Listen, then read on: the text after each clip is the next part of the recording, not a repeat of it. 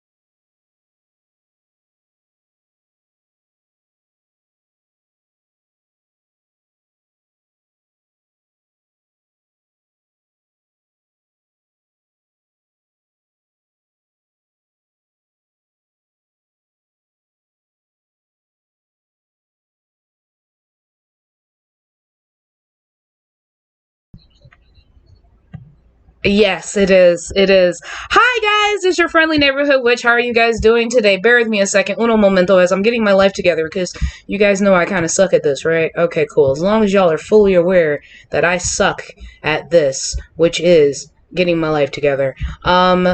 We are currently right now in the process of fit to screen. Cool. Bet. Welcome. Hi. What's good? What's goody?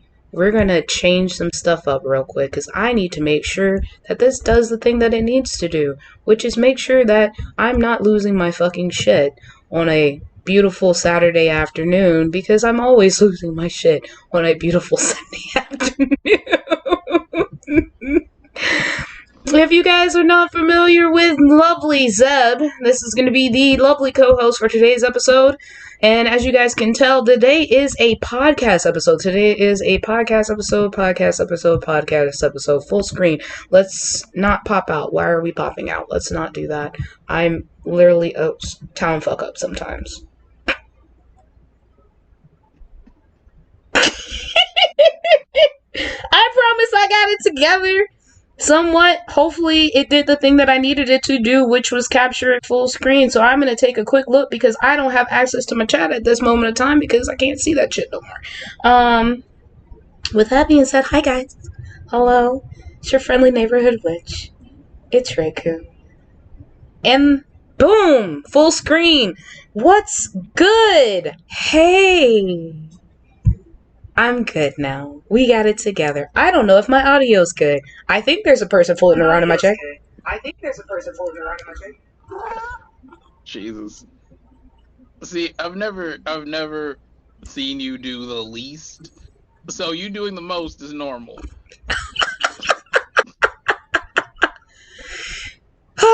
Hopefully they can hear you. Never a dull moment.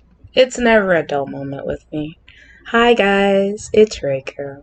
How are you guys doing? It's been a while. Today's This is a surprise episode for y'all, if y'all were not aware. This is a surprise episode of miscommunication and enthusiastic consent. Get yourself out my camera. Today is not your day. Stop trying to take away my shine. And as you guys are aware, my favorite, familiar is doing the most right now. So, with that being said, Zeb, tell us a little bit about yourself for those who are not familiarized with you. Oh, Jesus. Well, I am a father, Chicago native, and I am still in Chicago, thankfully. Aside from that, yes, I'm formerly very active dom in the Chicagoland area and Ohio and Iowa and rural Midwest.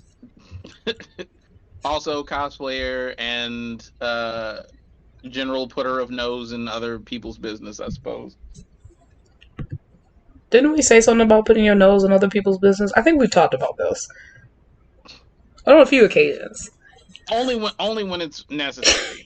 The rest of the time, you can find me just sipping some tea, minding your business and their business. Mm-hmm.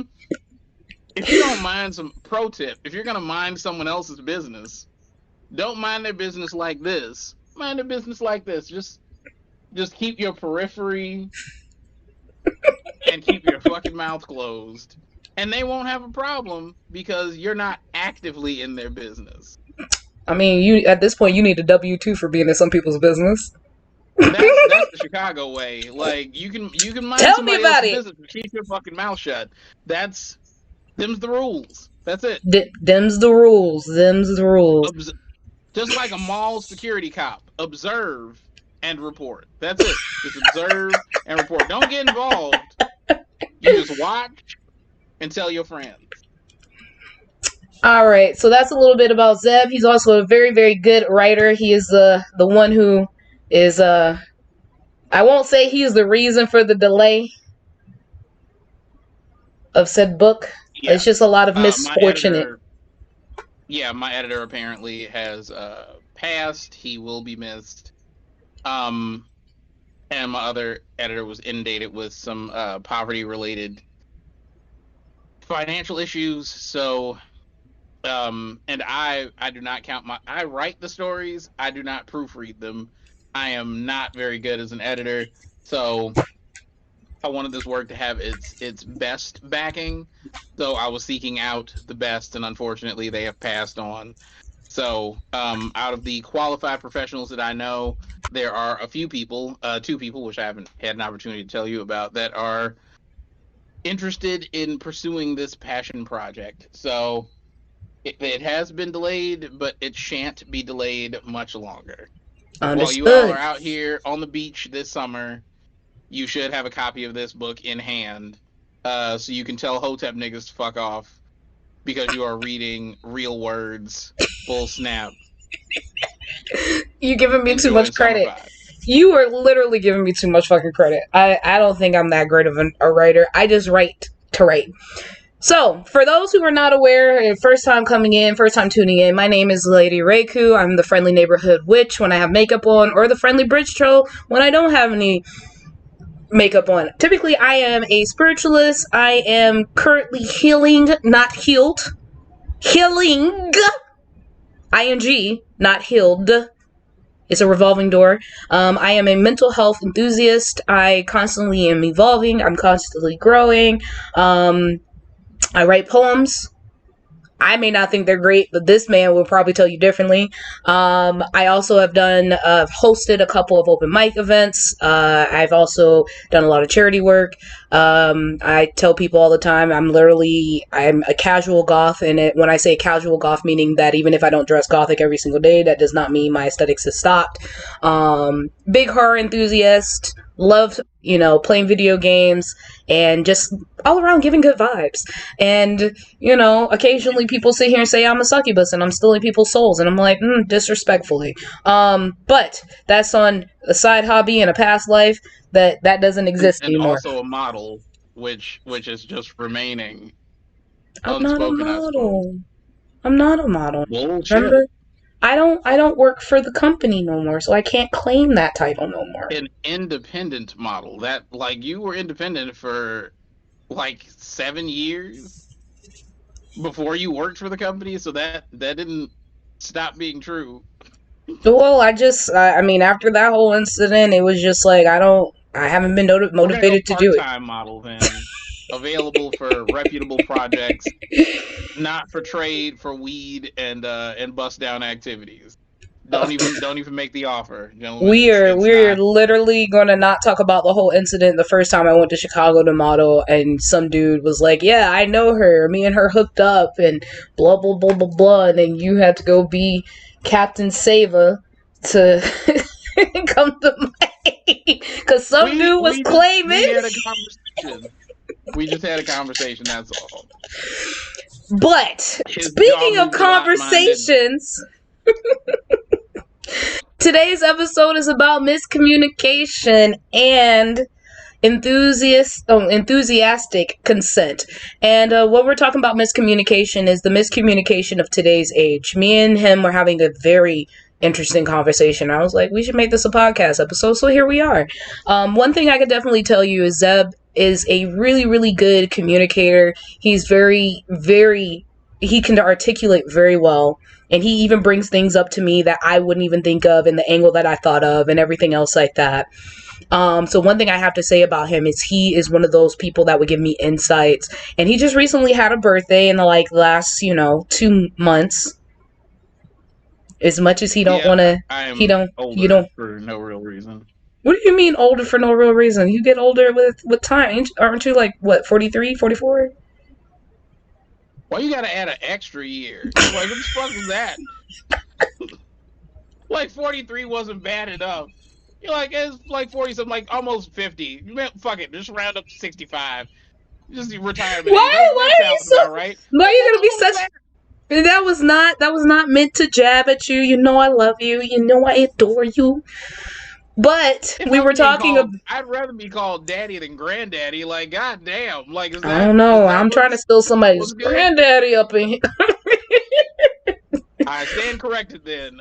Listen, You just come on down, all the listen. way down. So, but I am literally going to tell you like this. Valentine's Day is coming up.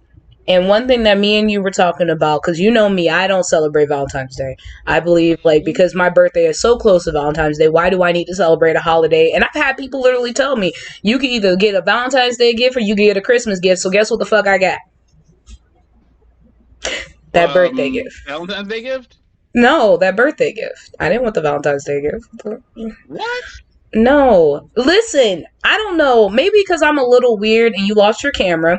Maybe I'm a little weird in the sense of when it comes down to Valentine's Day, being that my birthday's so close to that and Super Bowl, I've always had to pick my birthday or Valentine's Day. And for me, I have more significant value behind my birthday because that's technically my New Year's versus, Valentine's Day. Because me, I was the kid growing up basically saying that why in the world do we need to take one day out of the year to celebrate love and to celebrate being with somebody? And I lost that. I lost him indefinitely. He don't love it here no more. Still exist. He don't love it here no more. I just had to camera down for a moment because I'm still here parenting, which is the best job I can think of. Yeah, no, I mean, that's ultimately, that never stops. That is going to always be continuous for the rest of your life as long as they're in existence. And as long as you're on this plane too, you're going to continue being a parent to your two children. So here's my disclaimer for every person, because you as a human being are going to be looking at this and you are going to make some assumptions just off the bat. So let me clear up a few things before we get started in earnest. And thing number one, this lovely human being, not a pick me. Not interested in just being a man's mouthpiece or pick me. Not at all. Not even a little bit. Pick me, pick me, pick me, pick me. No, I'm good.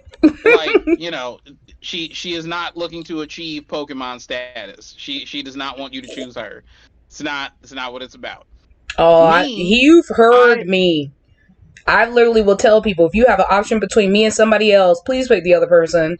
Oh, but you're gonna miss out on a great thing. Obviously, I'm not. If you have to weigh out the options between me and another person, and you are so conflicted, I'm gonna help you out. I'm gonna let you pick someone. I'm gonna let you pick them. I'm gonna help you out. I'm gonna make this decision easy for you. I'm not about to sit here and be chased or be in a that competition, because there's no competition.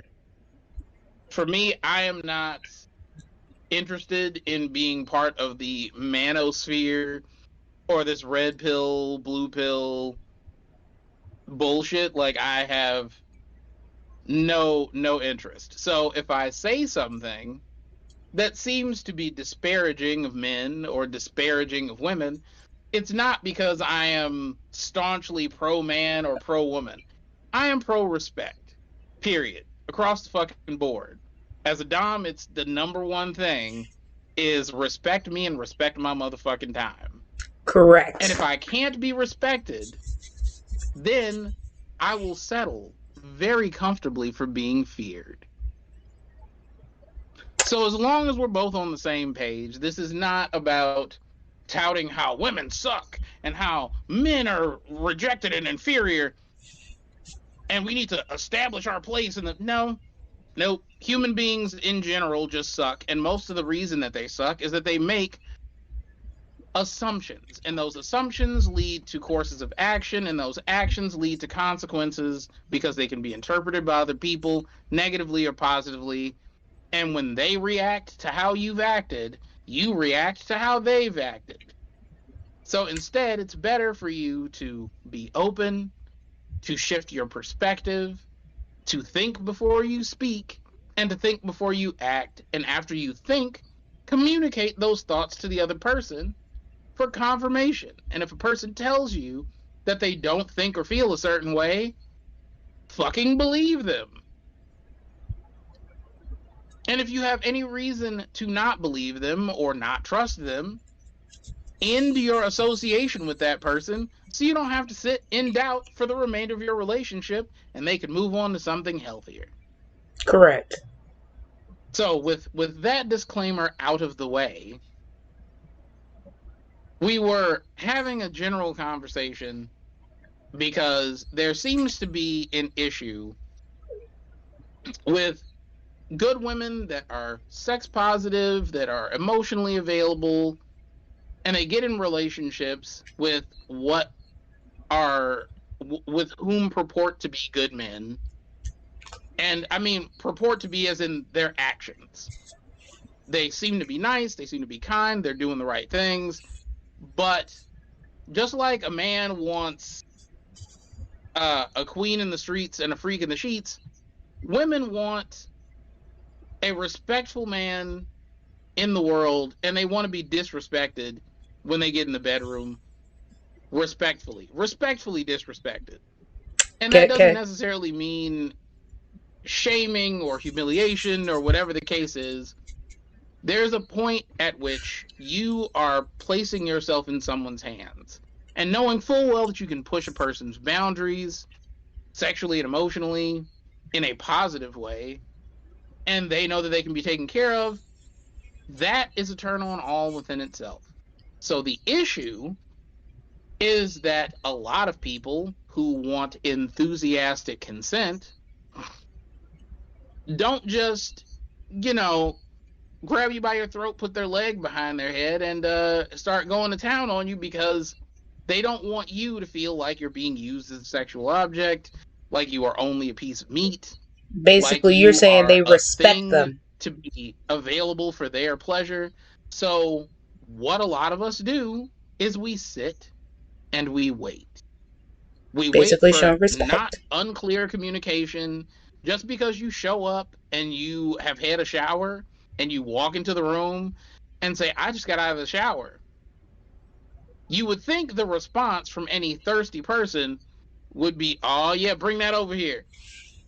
That is not what you are going to get from a person who wants enthusiastic consent, because that's assumption.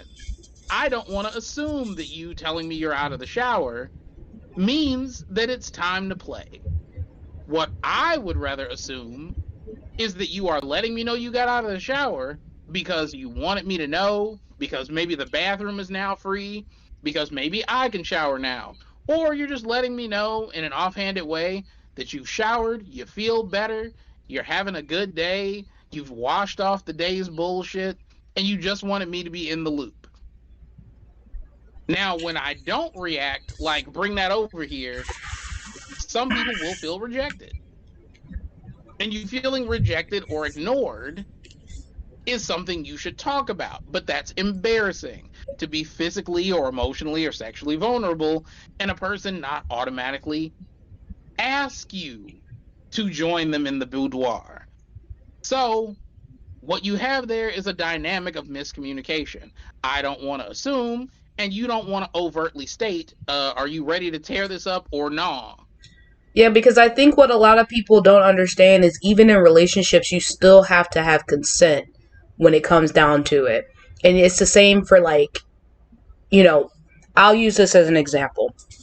One thing that kind of threw me off towards the end of my marriage that made me feel really disgusting, it kind of gave me an ick, was when me and my ex was like, we need to figure out what we're going to do. Are we going to try to work this out?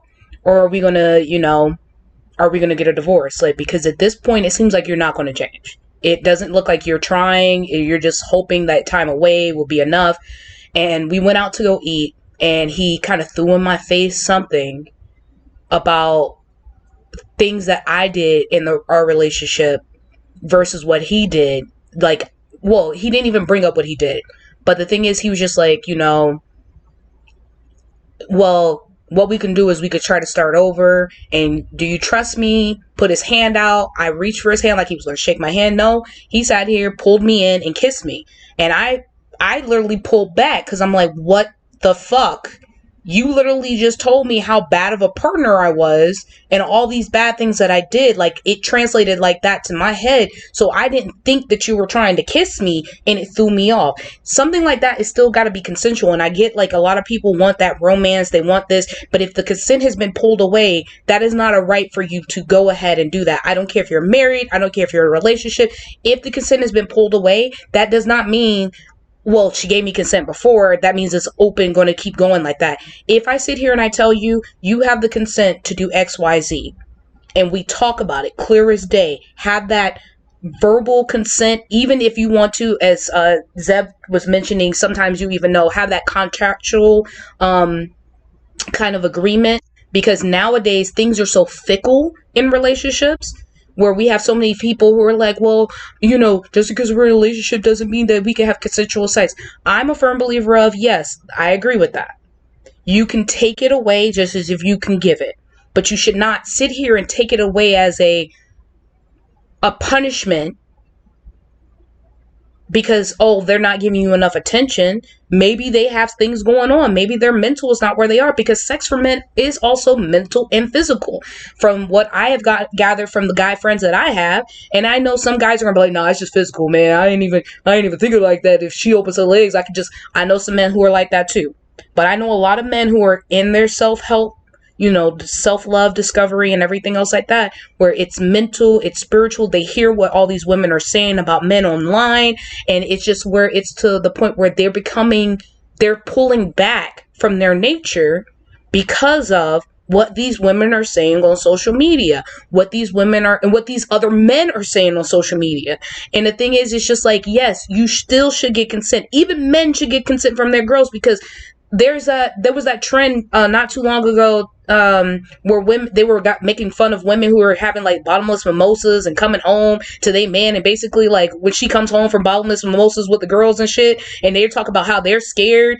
Some men are really scared like that because women are taking advantage of them in that state. Men should be able to be like, no, we're good. But then at that point, now the women feel rejected, just like men do too. It's a double-edged sword. It's like, the thing is, we have to backtrack at least a little to figure out how we got here and where these perspectives come from.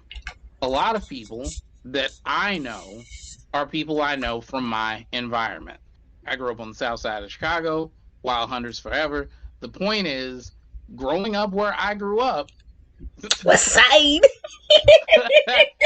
throw up the wild, North, wild. you know, West of Pulaski.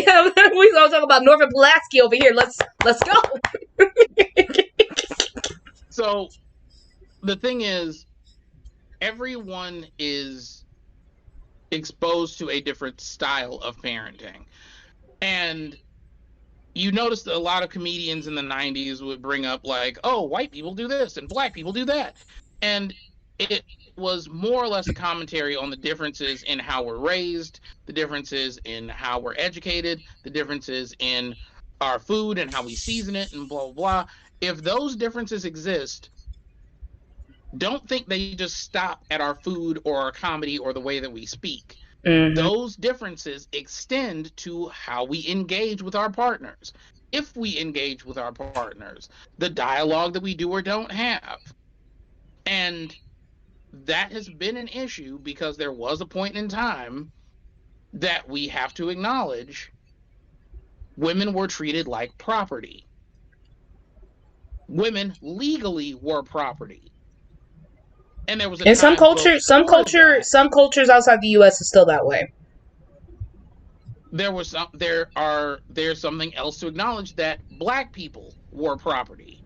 And even when white women got the right to vote, when they got seen less as property and more as people, black people still didn't have those same rights or advantages. And even if we were granted those rights and advantages legally, there were people in the system, systemic racism is real, that were not interested in granting those rights or upholding those rights or observing those rights. So there's a disparity that we share. And because women were considered property, whatever their husband did was fine. If he wants some and you don't want to give it, you're his wife, that's your job. If you don't want kids and he wants kids, I don't give a shit, open your legs and bear me a son. There was a point in time that relationships were very transactional, and even living past that point in time, the threat of dying alone, dying a spinster, being, by yourself for the rest of your life. A man could be a confirmed bachelor until a certain point, and just like it was looked down on women as being close to or past childbearing age, and that was a social faux pas if you weren't getting married, it was the same thing for men. You can be a confirmed bachelor only for so long before people wrote off your ability to be fertile and bear children as well. And those disparities have led to a lot of shitty, toxic behaviors. Men, people didn't think spousal rape was a thing. People didn't think you could sexually assault a sex worker. It's like, but they're paid to do the thing, and you did the thing, and you didn't have money, so that's just their job, right? And no. So what that has done is it has created an environment in which women, a lot of women, not all women are not a monolith, black people are not a monolith. Just want to make that very clear. So when I say women, I'm referring to the general consensus, the mass majority of women at some point had a very healthy fear of men.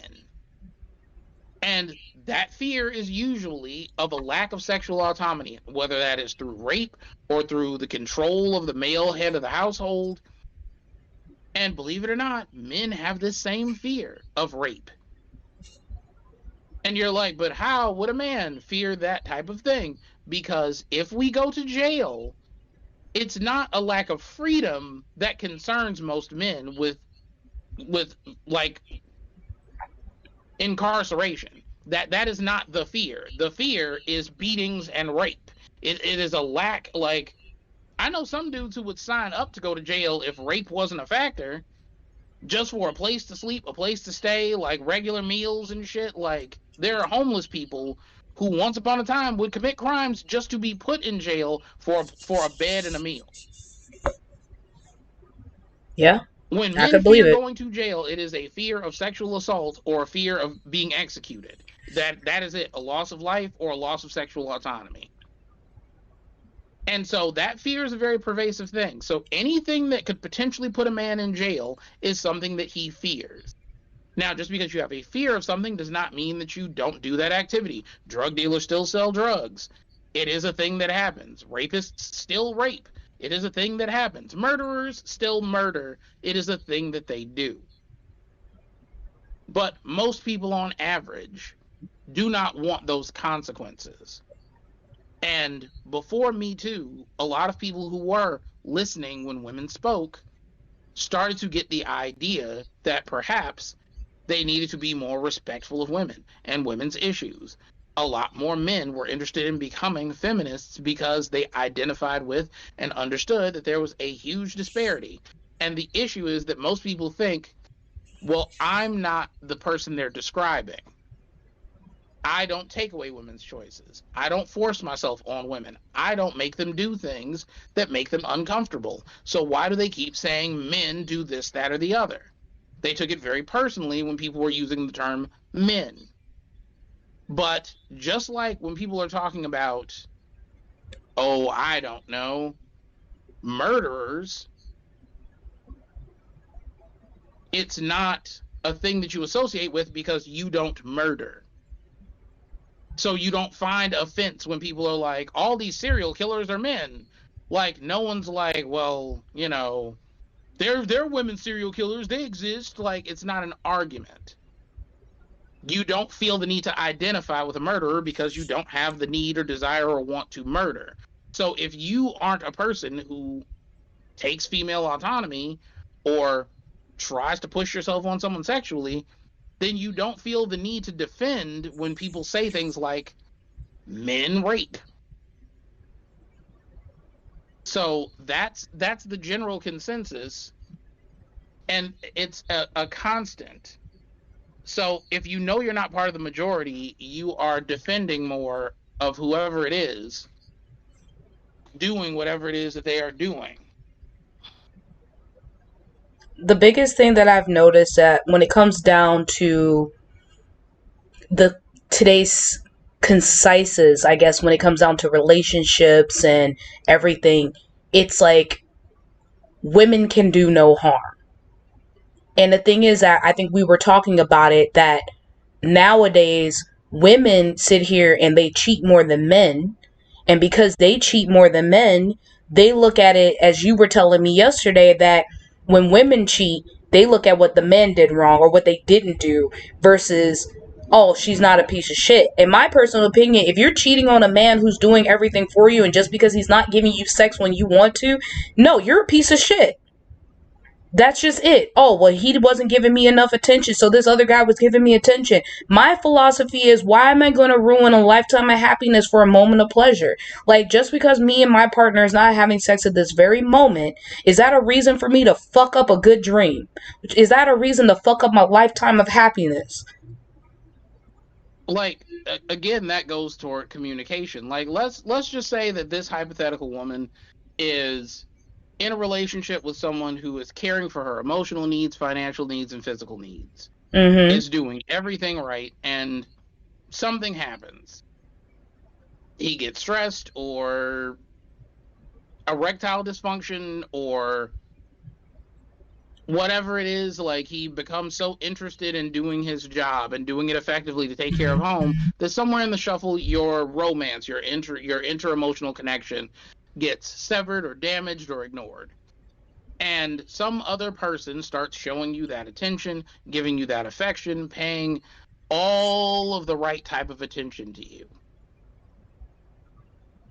If you are not communicating to your partner that you are touch starved, emotionally feeling overlooked, or whatever, and you instead are just like, well, talking to them is not going to do any good. Nothing's going to change. They're just a workaholic. That's just the way they are. I need to get mine. At that point, you are actively choosing to step outside of your relationship. And it's not the act of you needing that from a person. It's not even the act of you getting it from another person. If your relationship is not up to par, end that relationship or communicate your dissatisfaction so you can change or repair that relationship. It has nothing to do with you being sad or lonely. It has everything to do with you trying to fix that sadness or that loneliness on someone else's back. And if you had enough respect for that person, and if that person had enough respect for your relationship or your marriage, the two of you wouldn't be hooking up in the first place. Now, don't get me wrong, there are people who have open relationships. I'm poly, but you can still cheat in a poly relationship. Facts. Lies of omission, lack of communication, not clearly indicating the space that a person holds in your life. It's different in saying, "Oh, that's my friend," or "That's a girl I'm interested in." Correct. The thing is, a lot of people don't So, understand when it comes to that kind of a relationship, you can still cheat. And the thing is that we talked about it in a prior episode where with me, you, and Erica, where we were talking about that communication is a huge thing in the poly communication, well, in the poly community, and how a lot of people are saying that they're poly in order to justify cheating. In all actuality, you can still cheat in that community. The thing is, it's miscommunication. Huh? Every relationship has a relationship contract. If 100%. let's just say that you and me are in a poly relationship. Mm-hmm. I don't have a problem with you dating, seeing, sleeping with other people. If I don't have an issue, but I still want to know that is the relationship you are pursuing, I want to know what space this person holds in your life. Some guy could be hitting on you and you could just be too uncomfortable to say or do anything about it, and I ignore it because I'm like, oh, she doing her, live your life, babe. But if some guy is creeping on you and I don't know that this guy isn't actually interested and that you are not reciprocating that interest, I could have stepped in. I could have been more involved in making that situation not what it was. And it's another thing to think that someone is your friend and you've been going over to your friend's house every day and you find out that, oh, that's not their friend. This is their lover. This is the person that they're interested in. If you are trying to have emotional space, if you are trying to spend time in your relationship and that time is being given to someone else, there's a difference between someone giving away time that you consider time for relationship repair, time for emotional connection, and that person giving it to their job or their friend or their family. If that's your play cousin, that's not your, you know what I mean? Like there's a difference in the Mm-hmm. quality of time you spend with other people. No, I'm I in a get it. relationship with someone who has two other partners. And them wanting to spend time with those partners, yes, it sometimes interferes with the time I would like to spend. But when it interferes with that time, that's something that I have to reconcile with them. And if I feel insecure or uncomfortable, or if it ruins plans that I had, if they're like, oh, well, I'm going to go out with so and so tonight. And I'm like, man, I really wanted to make us dinner. I wanted to, reconnect. It's been a long day. We just both got off work. I thought that it would be us time.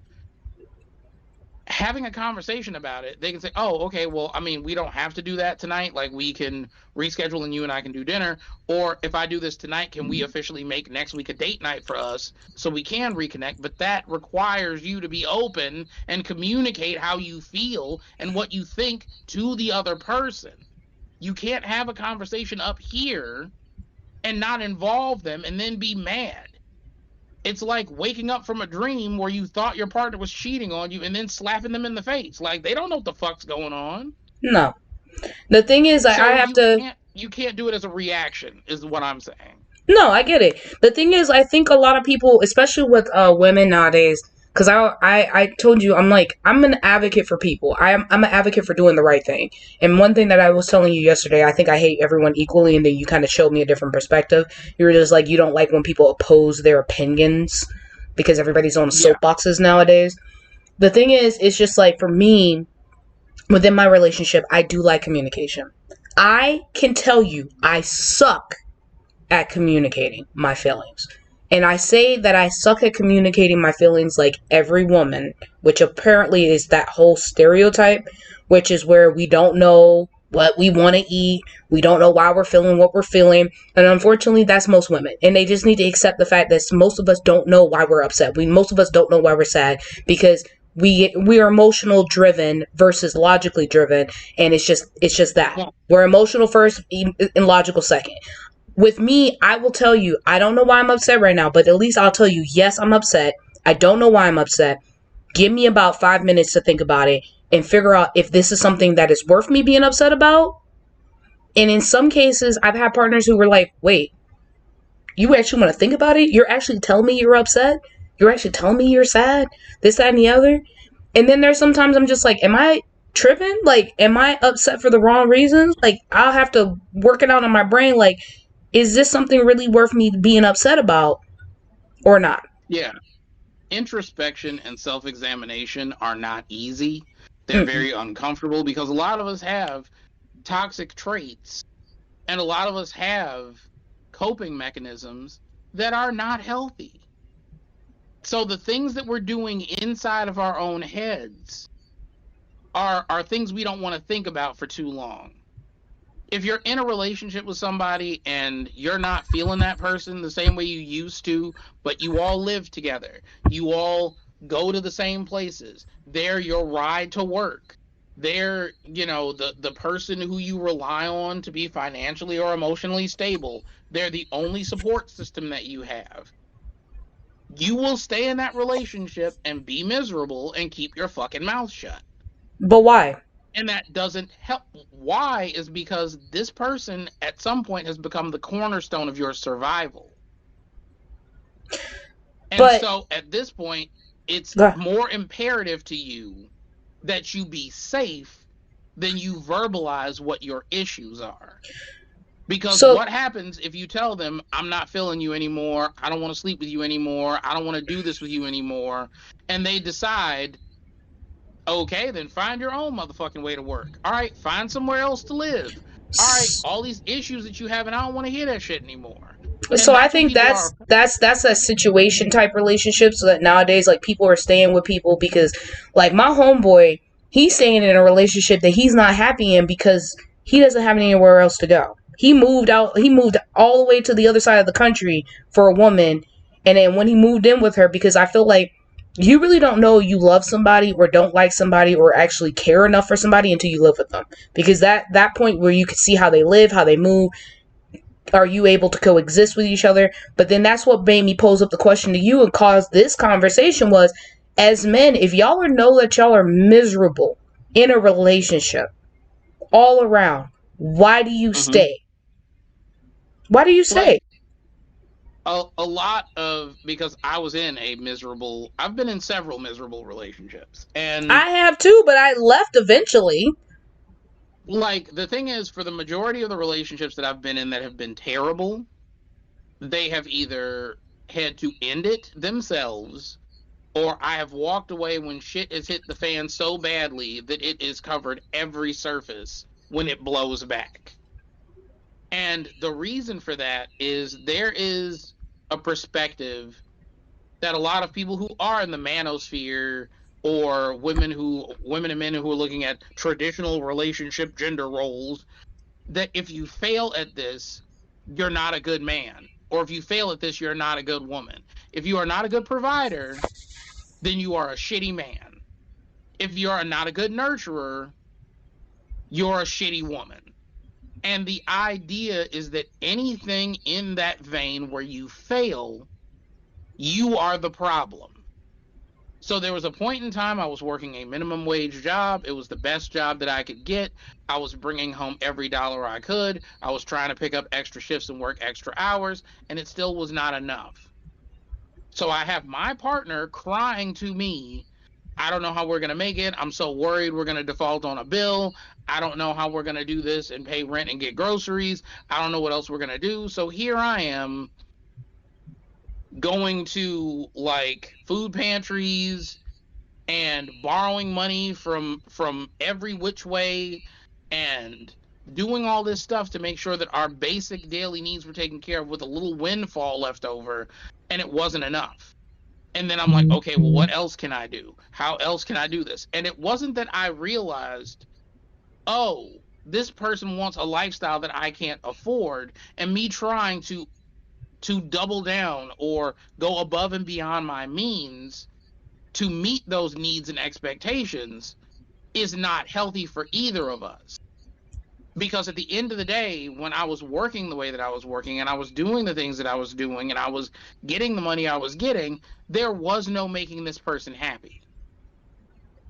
They were incapable of experiencing peace of mind and happiness. Working a minimum wage job when I was in this relationship, minimum wage was $6.75, and I was bringing home $1,100 every 2 weeks.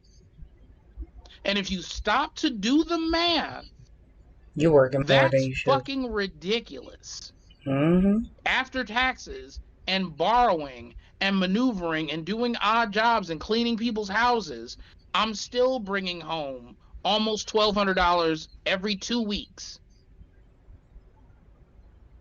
And You it didn't wasn't have time enough. for the actual. You didn't have enough time for the actual relationship. You were so busy trying to No, feed so, into the relationship that you didn't have enough and time. that became a problem. So the That question I became have, the thing they had to say.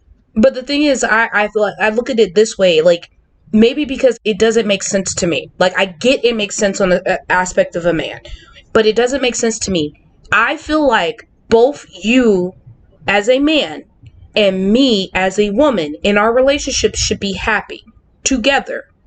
That was the whole reason I got a divorce, because I told my ex-husband, in order for me to be happy, you're miserable. In order for you to be happy, I'm miserable. It is not working anymore. And it's like I have to cut the things that make me happy because of, and I mean, like, the things that made me happy wasn't like disrespectful to the relationship. It's just that he didn't like that I would have fun or do things without him. Like, I wanted to go to poetry events. I wanted to go hang out with people more. I wanted to grow to an extent. Like, he was falling out of love with me because I decided to start growing. And because he was like plateauing, I had to like dumb myself down or dim myself down to make him happy, which was making me miserable. And the thing is, it's just like, for me, I'm a firm believer of, if I love you and we're together, maybe because my aunt and my grandmother put in me that both of you need to be happy. Yes, sacrifices have to be made, but both of you need to be happy. And I get that maybe with how men have been raised is that your happiness don't matter, her happiness matters, which I don't like that concept as a modern woman, I guess, but also with the traditional sense. I get where it comes from, but as a woman who also has a lot of the modern like mindset, I want you to be happy. That was the biggest thing I said to my ex-husband. I want you to be happy, even if it doesn't mean with me. I want you to be happy. I mean, that sounds good, and I it know it makes sounds good. sense. It sounds good in theory, but No, I I get. don't like it sounds good as in like that's bullshit. I mean, it sounds good, but in practice, I can tell you that you are the most gorgeous creature I have ever seen. That every time I look at your face, the sun is shining back at me. Every time I look into your eyes, there is absolutely nothing. The entire world falls away, and you are the only thing I see, and I could not look at anything or anyone more radiant than you in that moment. And you will turn around and you will say, I mean, stop. I'm all right, I guess. It doesn't matter what the fuck I said because you're going to have this internal dialogue that the awkward kid you used to be when your ears were too big or your teeth weren't, like you were missing a tooth, or where you had whatever physical trait you didn't think was attractive, or when you got made fun of by whomever for whatever. That's the version of you. The worst version of you is the version you hold on to. In your mind, when you see yourself, you are the awkward, gangly, weird, unattractive, whatever version of yourself is the worst.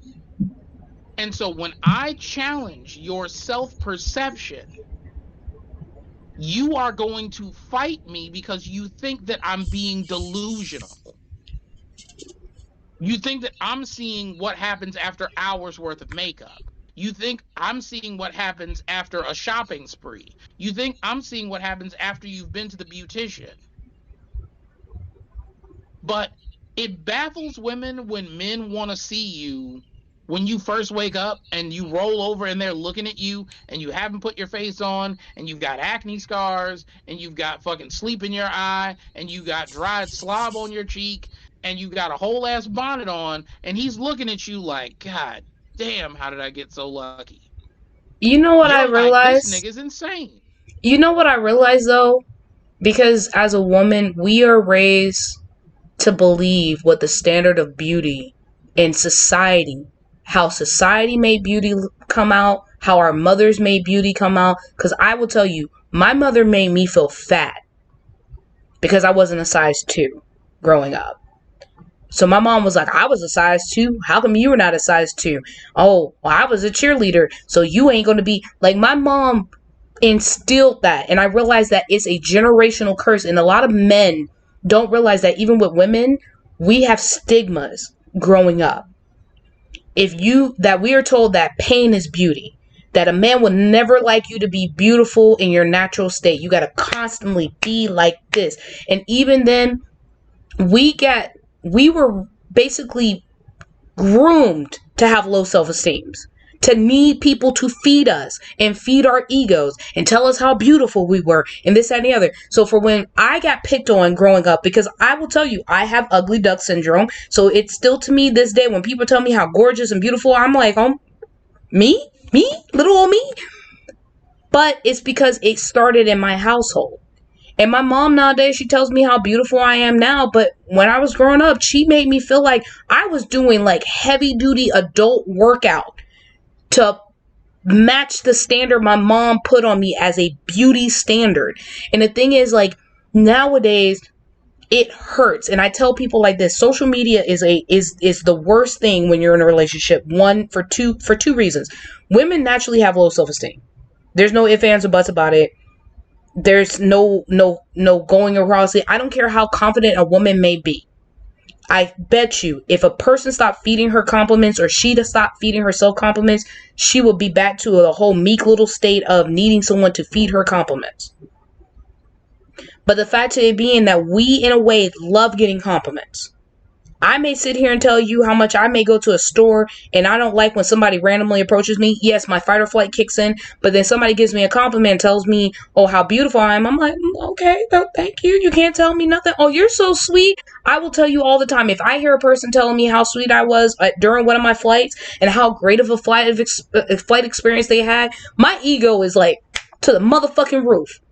And normally I don't need that shit. I used to never need it. If you know me for over 10 years, and you know I used to not care for compliments. But as I've gotten older, now I'm kind of needing them. And I'm just like, what the fuck? But I realize that it's because society standards make us believe social media and the communication we get from social media makes us believe that we need to be complimented, that we need to end up having someone shower us with a lot of affection. They made us be like I literally had to tell myself the other day, I love my body so much despite all the shit that goes on with it, that I would never get plastic surgery. I'm about to be 32 years old in less than 12 days. I'm sorry, in 11 days. I'm going to be 32. And the people who picked on me growing up, telling me that I had acne, that I was fat, that I was one of the boys, because I was a tomboy growing up. I fucking would not let a dress touch me when I was able to start picking my own clothes out. These women basically picked me, like they picked on me so badly. And I'm the only one who has never gotten plastic surgery. I'm the only one who's not gotten plastic surgery. I realized that, yes, I had moments where these women made me hate myself so much because of the communication. And even with social media makes it seem like, oh, you got to have this. And one thing I was telling my partner, it's a hard thing as a man to be in a relationship with a woman and you're liking other women's stuff. Like, you're liking other women's pictures and, double tapping, hitting the like button, comment under, but you're not doing it for your own girl. It makes her sit here and have that subconscious thought of, I understand you're with me, but what do they have that I don't have? So it's still a form of communication when it comes down to that, because now you're communicating to these women that this is what you like. If I see it and you're not verbally telling me how beautiful I am every day, but I see that you're liking all these other girls' stuff and you're this, that, and the third, you're silently communicating that you don't find me attractive. And whether or not that's actually the case, it's building this disparity. And I get it. The thing is, you said women are emotional creatures and men are logical creatures. Men are extremely emotional creatures. Oh yeah, y'all are. I'm just saying that most of the time y'all put your logic before your emotions. Yes, you're emotional. We don't, but I know why it looks like we do. We are groomed from a very early age that you will not be chosen if you are not useful. We're not told growing up, oh, you so handsome. Useful as in what, baby? Well, explain to the usefulness to me. Absolutely getting to that. Based on whatever it is we've got, our usefulness is alternating. Women, as far as the way that they're groomed and socialized, you have to be the most attractive. That is your usefulness. He doesn't give a shit if you're the smartest. He doesn't give a shit if you're the strongest. He doesn't give a shit if you're the best at math. Well, I'm not going to be a part of the bunch because I'm not listen, I'm not, if that's the case, I am not part of that bunch because I'm cute. I hold my own. I'm about a good 6.5 out of the 10 scale. But there's some bitches out there, I'm like, God damn, if I had to compete between her and me, shit, she would win every time. Yeah. And that's the thing. If you all are groomed and you're socialized, where if you can throw it back and swallow it down, you will achieve great things. I always tell people I'm a good 6.5. You'll find the right man who is everything you want, and then you don't have to do shit. You just have to exist and keep being pretty and show up to events on his arm, and you will be what my grandparents used to refer to as a kept woman. That's all you got to do. Be pretty enough, learn how to make that throat do some tricks, throw it back, and you will achieve. And that's a horrible fucking thing to be told from like 6, 7, 8, 9 that you're supposed to be able to do. Oh, right, and be able to raise children. Oh, you also got to know how to cook. Yeah, you got to add that in there too. That's part of the raising the children. That part. What the fuck the children gonna eat? They can't be on the titty all forever, so you got to be able to feed them. So obviously you got to learn how to cook. Listen, I love to cook. I will kick you out my fucking kitchen. Like, get the fuck out my kitchen. Like, I hear my grandmother and my aunt. But go ahead.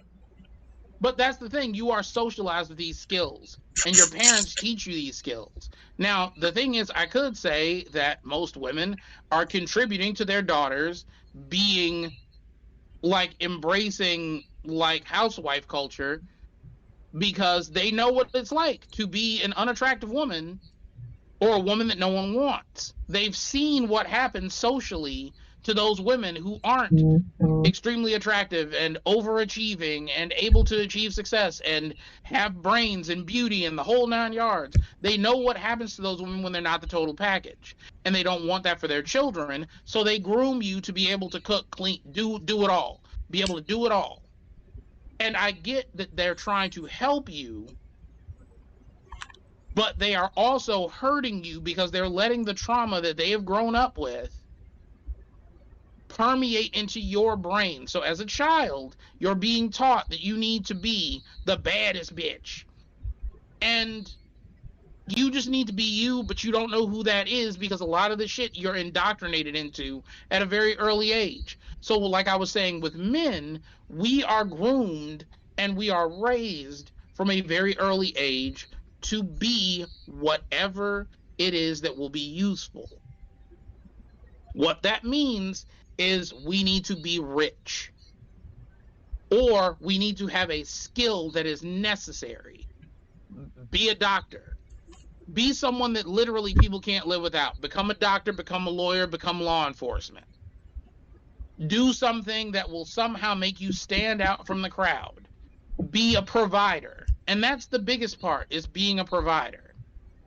And the thing is, most of us know. Most of us are not born in circumstances where we're going to have a Fortune 500 company or drive a flashy car or have a career path that's going to net us an unreasonable amount of money without us having to sacrifice. So I have a So we question have for to you. be self-sacrificing, Got we it. have to be useful, and we have to be appealing. Now, if we can't be physically appealing, like if there's nothing you can do about your face and your genetics are working against you with your body, you have to do something called peacocking. You have to have things that attract people in. So you have to have a really nice car. You have to have a dope ass wardrobe. You have to have this self confidence and swag out the fucking roof to pull people in. That has to be the thing that attracts them because your natural demeanor, your natural appearance is not going to cut it. Mm. So you have a lot of dudes out here being dickheads and driving fast cars and being arrogant douchebags because that is their idea of confidence. And I think That is that's what the they reason, think will attract a woman. And then because you have that's the other thing. people. Cartoons even instilled it in us before, because the thing is, I used to make the joke that as women and as men, we used to grow up on Tom and Jerry, and there was a whole episode between, Tom and then Butch, the other cat that he was basically, in competition with. During that time that he had to get the affection of the white cat, and Tom had to sell his soul to get her a small ass diamond ring, while Butch gave her a fucking diamond and she had to put a fucking shade on because that bitch was blinding.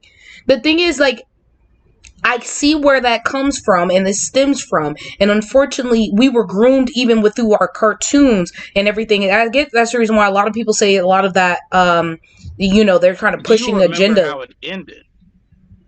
Oh yeah, he ended up not getting picked, and he was over there at the train tracks ready to end it all.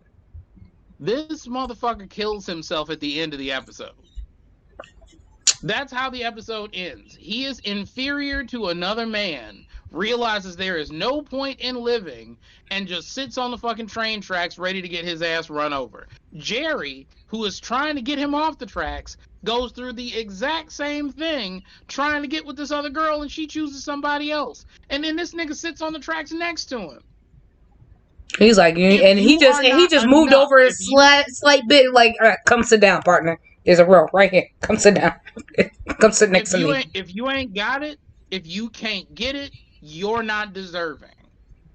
So when you ask, why would a man sit in a situation where he is being verbally berated, emotionally abused, potentially cheated on, talked down to, disrespected, emasculated, ignored? Why would you stay in a situation like that? Because if something's wrong, I didn't try hard enough. I wasn't being a provider. I wasn't being a good partner. If she cheated, if she found somebody else more interesting, more attractive, better in any way, I failed. And And you the know what's idea so that you're not doing well enough makes you keep trying harder. But there comes a point where you reach your limit. You've done all that you can do. And rather than being able to tell yourself, you know what, I've come as far as I can come. If that's not good enough for her, fuck her, it just makes you internalize that hate. Because just like with you from an early age, if you're not thin enough, if you're not pretty enough, if you don't do this thing, if we're not good enough, if we're not providers, how are we going to be good fathers? How are we going to be good partners? How are we going to take care of her? And that's the thing. We are willing to sacrifice, but relationships, we have been told, are about sacrifice and compromise. And a nice way to say compromise means no one gets exactly what they want, but both of you get a little something of what you need. But that's the thing, like, even when it comes down to some of the stuff that I see now, and this is why I said that social media is a double, like, it's literally the devil in relationships. The fact of being that everybody has soapboxes now on social media. And when I mean soapboxes, they've been like, oh, I have a platform, I can speak my mind and share what I believe. And I was telling my partner not too long ago that I share shit that I know somebody will sit here and agree with, because I know it will drag people into my social media. Unfortunately, as society standards in the US, they are sheeps. We have more followers than we have leaders. Yes, we do have those few people who are leaders, and I commend them, chef's kiss. Those are the people who are innovators, and these are the three things that I've been seeing as of lately. Because occasionally I will go check and see if my bot's posting, because I'm barely posting on my IG. But the things that I'm mainly seeing nowadays is men stay in relationships for women. If they get into a relationship, it's because the woman said they wanted to be in a relationship. If they have kids, it's because the woman says she wants to have kids.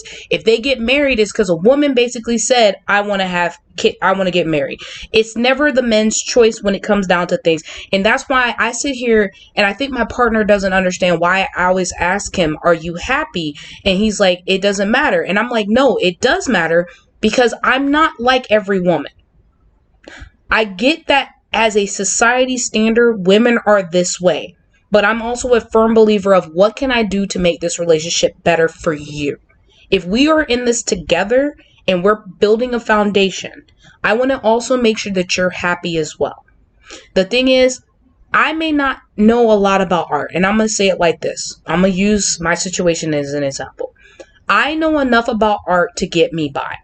But to the extent of, do I know all these different artists? Do I know the different types of paint out there? I know the difference between acrylic paint, and I know against the difference between finger painting and face paint, all this other stuff. I know the minimum based off of me trying to figure it out.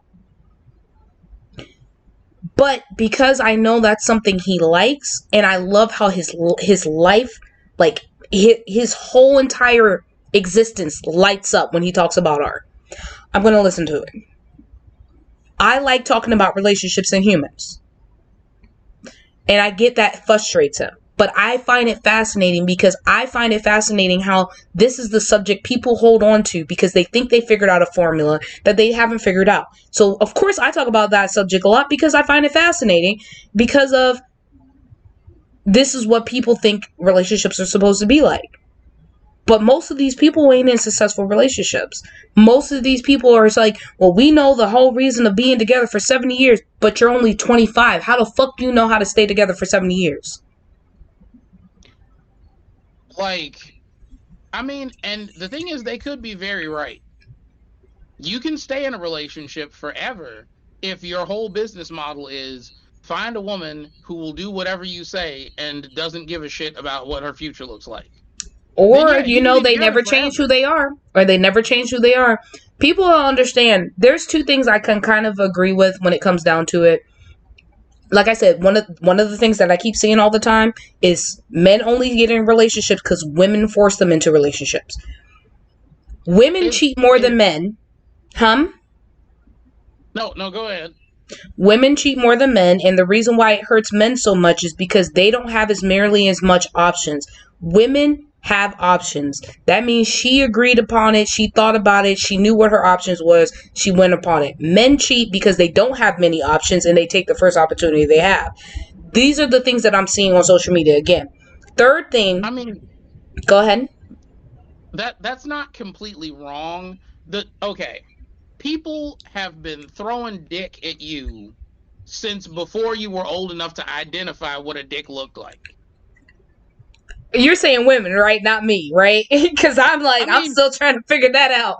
you do, but yes, just in general, people make comments or advances before women are old enough to understand that they are romantic or sexual or inappropriate.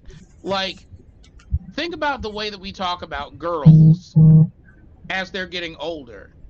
She sure is becoming a woman. Look at her. What a budding young woman. Oh, she's coming into her curves. Blah, blah, whatever. All of that shit is sexualizing. All of it. The way that we talk about girls, we don't say, "Oh my God, she's getting so tall." Oh, look at her, she's so smart. We comment on their physical appearance. She getting so big. Oh, you better keep them boys away. Shit like that, because even at 7, 8, or 9, there is something in our brains that's like eventually someone's going to offer them some dick. And it happens all the time. So the thing is, with you being offered something all the time, from since before you even would know how to do anything with it, for you, you're over it. You are over it. Everyone's been offering you the same thing. I'm going to give a full disclaimer. Zeb has We 2 as daughters. all I'm saying is, we as men do not get offered that. Like, women are not walking up to us. I'd love to get you some pussy. You want some pussy, man? If you come back to my place, I hit you with some pussy. You know what? You want to see some titties, man? I got some titties for days. You know what? You look like the type of man who Maybe likes a I'm good a titty. different breed. Because that's how I be shooting my shot. I'm like, you know what? I think you deserve some titties today. And the thing is, it is such a foreign concept to us. It is such a foreign concept to us that it is literally the equivalent of winning the lottery and you didn't even play. So if someone is genuinely out of nowhere, or seemingly genuinely out of nowhere, giving us a compliment, telling us we're attractive, telling us they want us, it doesn't happen. So the idea in our head is, what? Nigga, did I stumble through a Doctor Strange portal into another dimension Am I where in a all of a hole? sudden it's the roles are reversed and somehow I got hot? I don't know, but nigga, take this opportunity, because every time it seems like a once in a lifetime opportunity, Mm. because you don't see yourself as being attractive. Everything that you tell yourself as a woman about your appearance, men are telling themselves that all the time. If someone compliments you and you're like, they must not see that all this foundation is covering up this. If I wasn't wearing this wig, my motherfucking hair ain't blah blah blah whatever. Like, they don't understand all the trouble I had to go through to get into this outfit and wear this shapewear. These niggas are just delusional. We don't have any of those things to cover up our insecurities. So we are walking around feeling like gross pieces of shit a lot. And when you feel gross and someone comes up to you like, "Oh, you're so cute." Nigga, who? Where? The guy behind me? I'm sorry for being in your way. Let me move so you can tell this nigga all about his appearance, because I know the fuck you ain't talking to me. We be borderline offended when we get complimented because we don't understand what's wrong with you. The You thing gotta is, check the insane asylum and see if anybody escaped.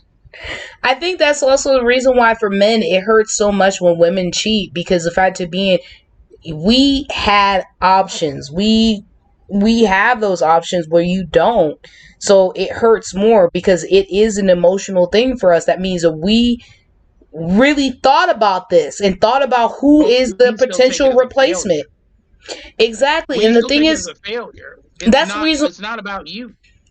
And the thing is, that's the reason why at the same time though, we came back to that whole conclusion of when men cheat, it's more or less that we look at it, society as a whole, as, oh, he's a dog, he's a hoe, he never cared about you. Where women cheat, oh, what did he do?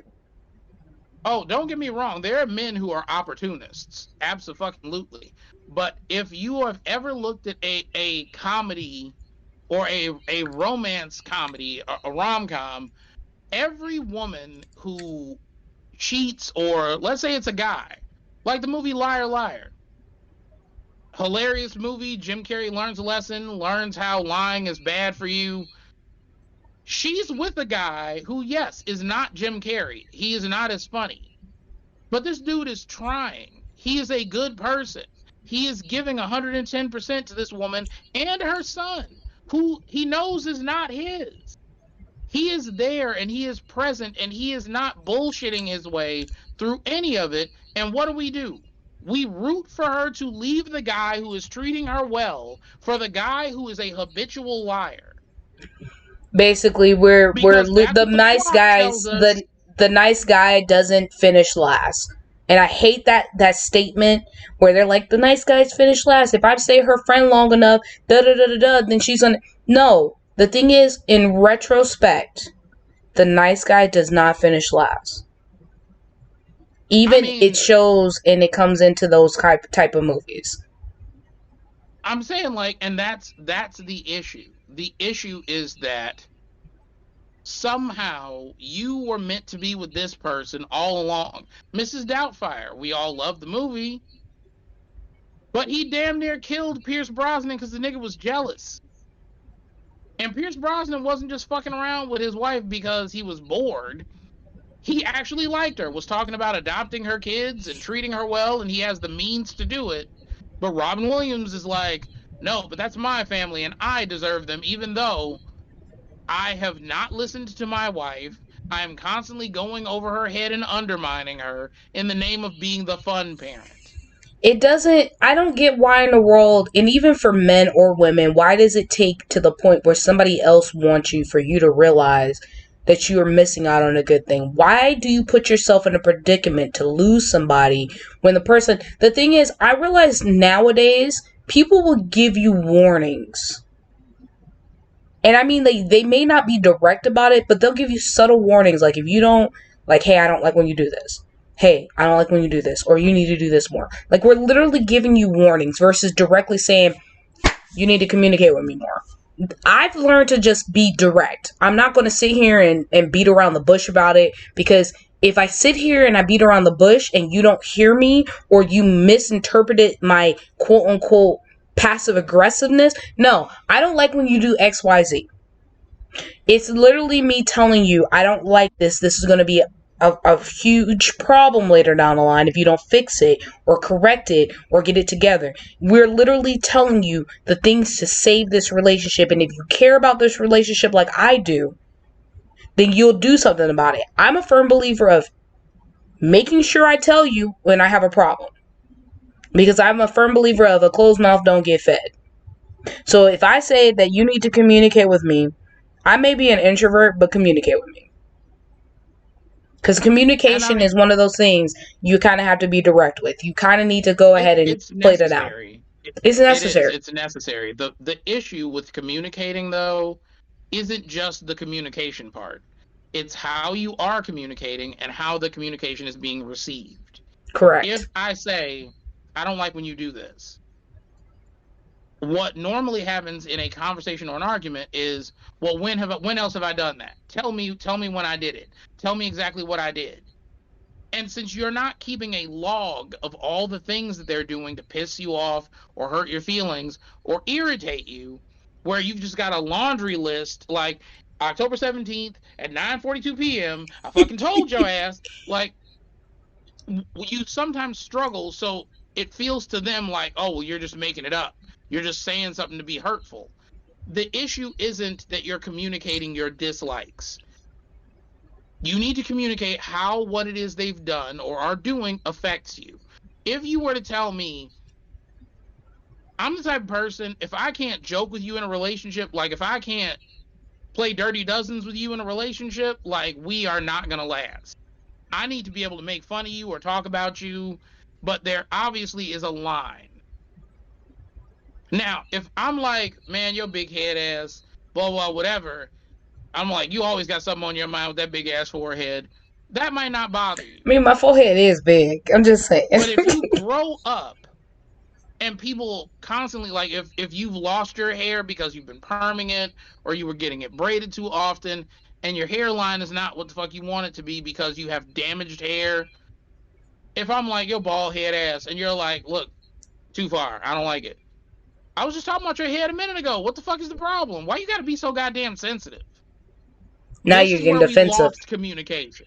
And that's where the defensiveness get in. And then, like, now it's a matter of, I think even with healing, a lot of people have to understand you have to know what you're getting into. The thing is, I talked to somebody not too long ago about communication. And the thing is, communication is a lot of things, especially when you get into the dating thing, especially because Valentine's Day is coming up. When you get into a relationship, communicating what your intentions are is very, very vital. Communicating and how you communicate is very important. And understanding how your partner communicates, because you got to understand that not everybody's going to communicate the same way you communicate. So let's say, for Correct. instance, I may be direct. I'm not going to be passive aggressive. If I ask a question, it's usually curiosity. And for me, I have two ways of when I ask questions. And I tell people like this. If I ask a question, either I'm curious or already know the answer and I'm trying to figure out if you're lying to me. And it's more or less, if you ask me more details, I will tell you which. Like if you sit here and say, why did you ask the question? I'll tell you. I already know the answer, or I'm just curious because I want to know what this person or this thing is to you, or whatever the case may be. Because, I can't assume I know all the answers because I don't know all the answers. I will never admit that I know all the answers because, unfortunately, as humans, we may think something is what it is, especially, like I said, social media is a bad thing. It's a good thing and a bad thing in the same sense. I stopped posting in my girl group things about my relationships because, no offense, people like to put their 2 cents in relationships and they want to know all kinds of stuff, this, that, and the third.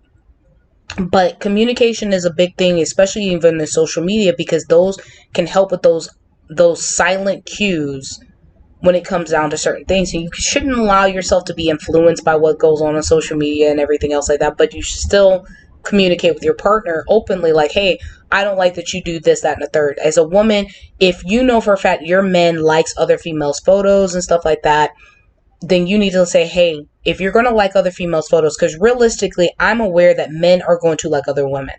They're going to like their photos. If you can like another woman's photo, you can like mine too. Anything you do for another woman, you should do for me too. I don't I care mean, if you and got me. Go if ahead. that's your standard, if that's your standard in a relationship is do for me what you would do for someone else, that's fair. But I think the issue is not just communicating what you don't like or what it is that you want or what you want a person to stop doing. What is the effect of what I'm doing? Because in my head, like with the example I was just talking about, if I'm like, oh, you're bald headed ass, and you're like, look, that's too far, and I don't understand why that's too far, the onus is on both of us. It's on me to ask how is that too far, and it's on you to explain to me what the effect of that is. So instead of just saying, oh, that's too far, put Tell me why. first and foremost 3 steps. Number one, make physical contact. Put your hand on that person's arm or their shoulder or their face so you have their attention and you are connecting so they know they're not being accused. You are making compassionate connection.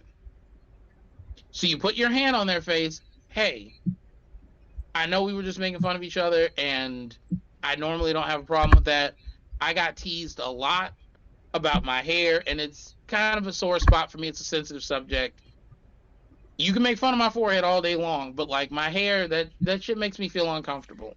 So if you could just not do that, we can just keep going. They know that you're not coming at them like they are the person who is wrong. You are acknowledging where it comes from and that it is not their problem. Them joking with you is not the issue, but what they're doing is they're taking it personally. They're like, "Oh, there's a problem with the way I joke." No, the problem has nothing to do with you. The problem started way before we knew each other. Mm. I just need you to know how what you're doing affects me.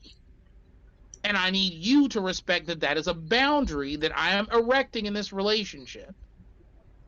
And So if the it thing comes up is, again later, okay, where like at a later date, they might be like, I don't even know why you brushing all that shit. Your hairline all the way fucking back there like George Jefferson and shit. That is not an opportunity. looking like Like the I mayor of fucking fucking told you, Chicago, don't make fun of my hair. looking like the mayor from Chicago. Like that's not what you do. Instead, you let them know like, hey, remember we talked about the whole thing with my hairline. That's That's a sore subject for me. And then redirect. Did you really need to cop a feel on her titty right then? He does this all the time. This is why You my just want to make camera's sure they're never on. still there? Yep. Yep. So, like, Cause you redirect. And when you redirect, you're like, that's kind of a sore subject for me. I mentioned it before, but try to keep that in mind. I know that you probably can't remember shit with your peanut ass head. And then keep going. because the When thing you is, redirect, it doesn't make it such a serious full stop thing where all the attention is on that person. so in a way that my mom, y'all know that if you've listened to any of my podcasts about my background, I used to say this a lot. One thing I take away from my mom is my mom has always told me when you're telling somebody about something that they're doing wrong, you start the conversation with the things that they're doing right. Tell them what they're doing wrong, and then you solidify or reinforce it by all the other things that they're doing right. So, for instance, let's say for you, Zeb, I'll sit here and say, Zeb, you're an amazing artist, but I'm going to let you know I don't like how you approach your marketing techniques. But I will go ahead and say this. You do this well. Like the way you put the words and formulate it together. It's like, yes, I gave you two positives and a negative. That's how my mom used to instill stuff in me growing up. Like my mom, like I said, my background's not that great, but my mom definitely instilled a lot of shit in me that I use today. Which is like, I mean, it's a process that works for some to an extent. It's effective for some people, but the issue with that is if a person feels like you're setting them up, don't build me up to tear me down. To You know build what me I'm back up. saying? It's like if we were in a relationship and I'm like, look, I love you, and you know that we connect really well, and the pussy is fire. Don't get me wrong, but your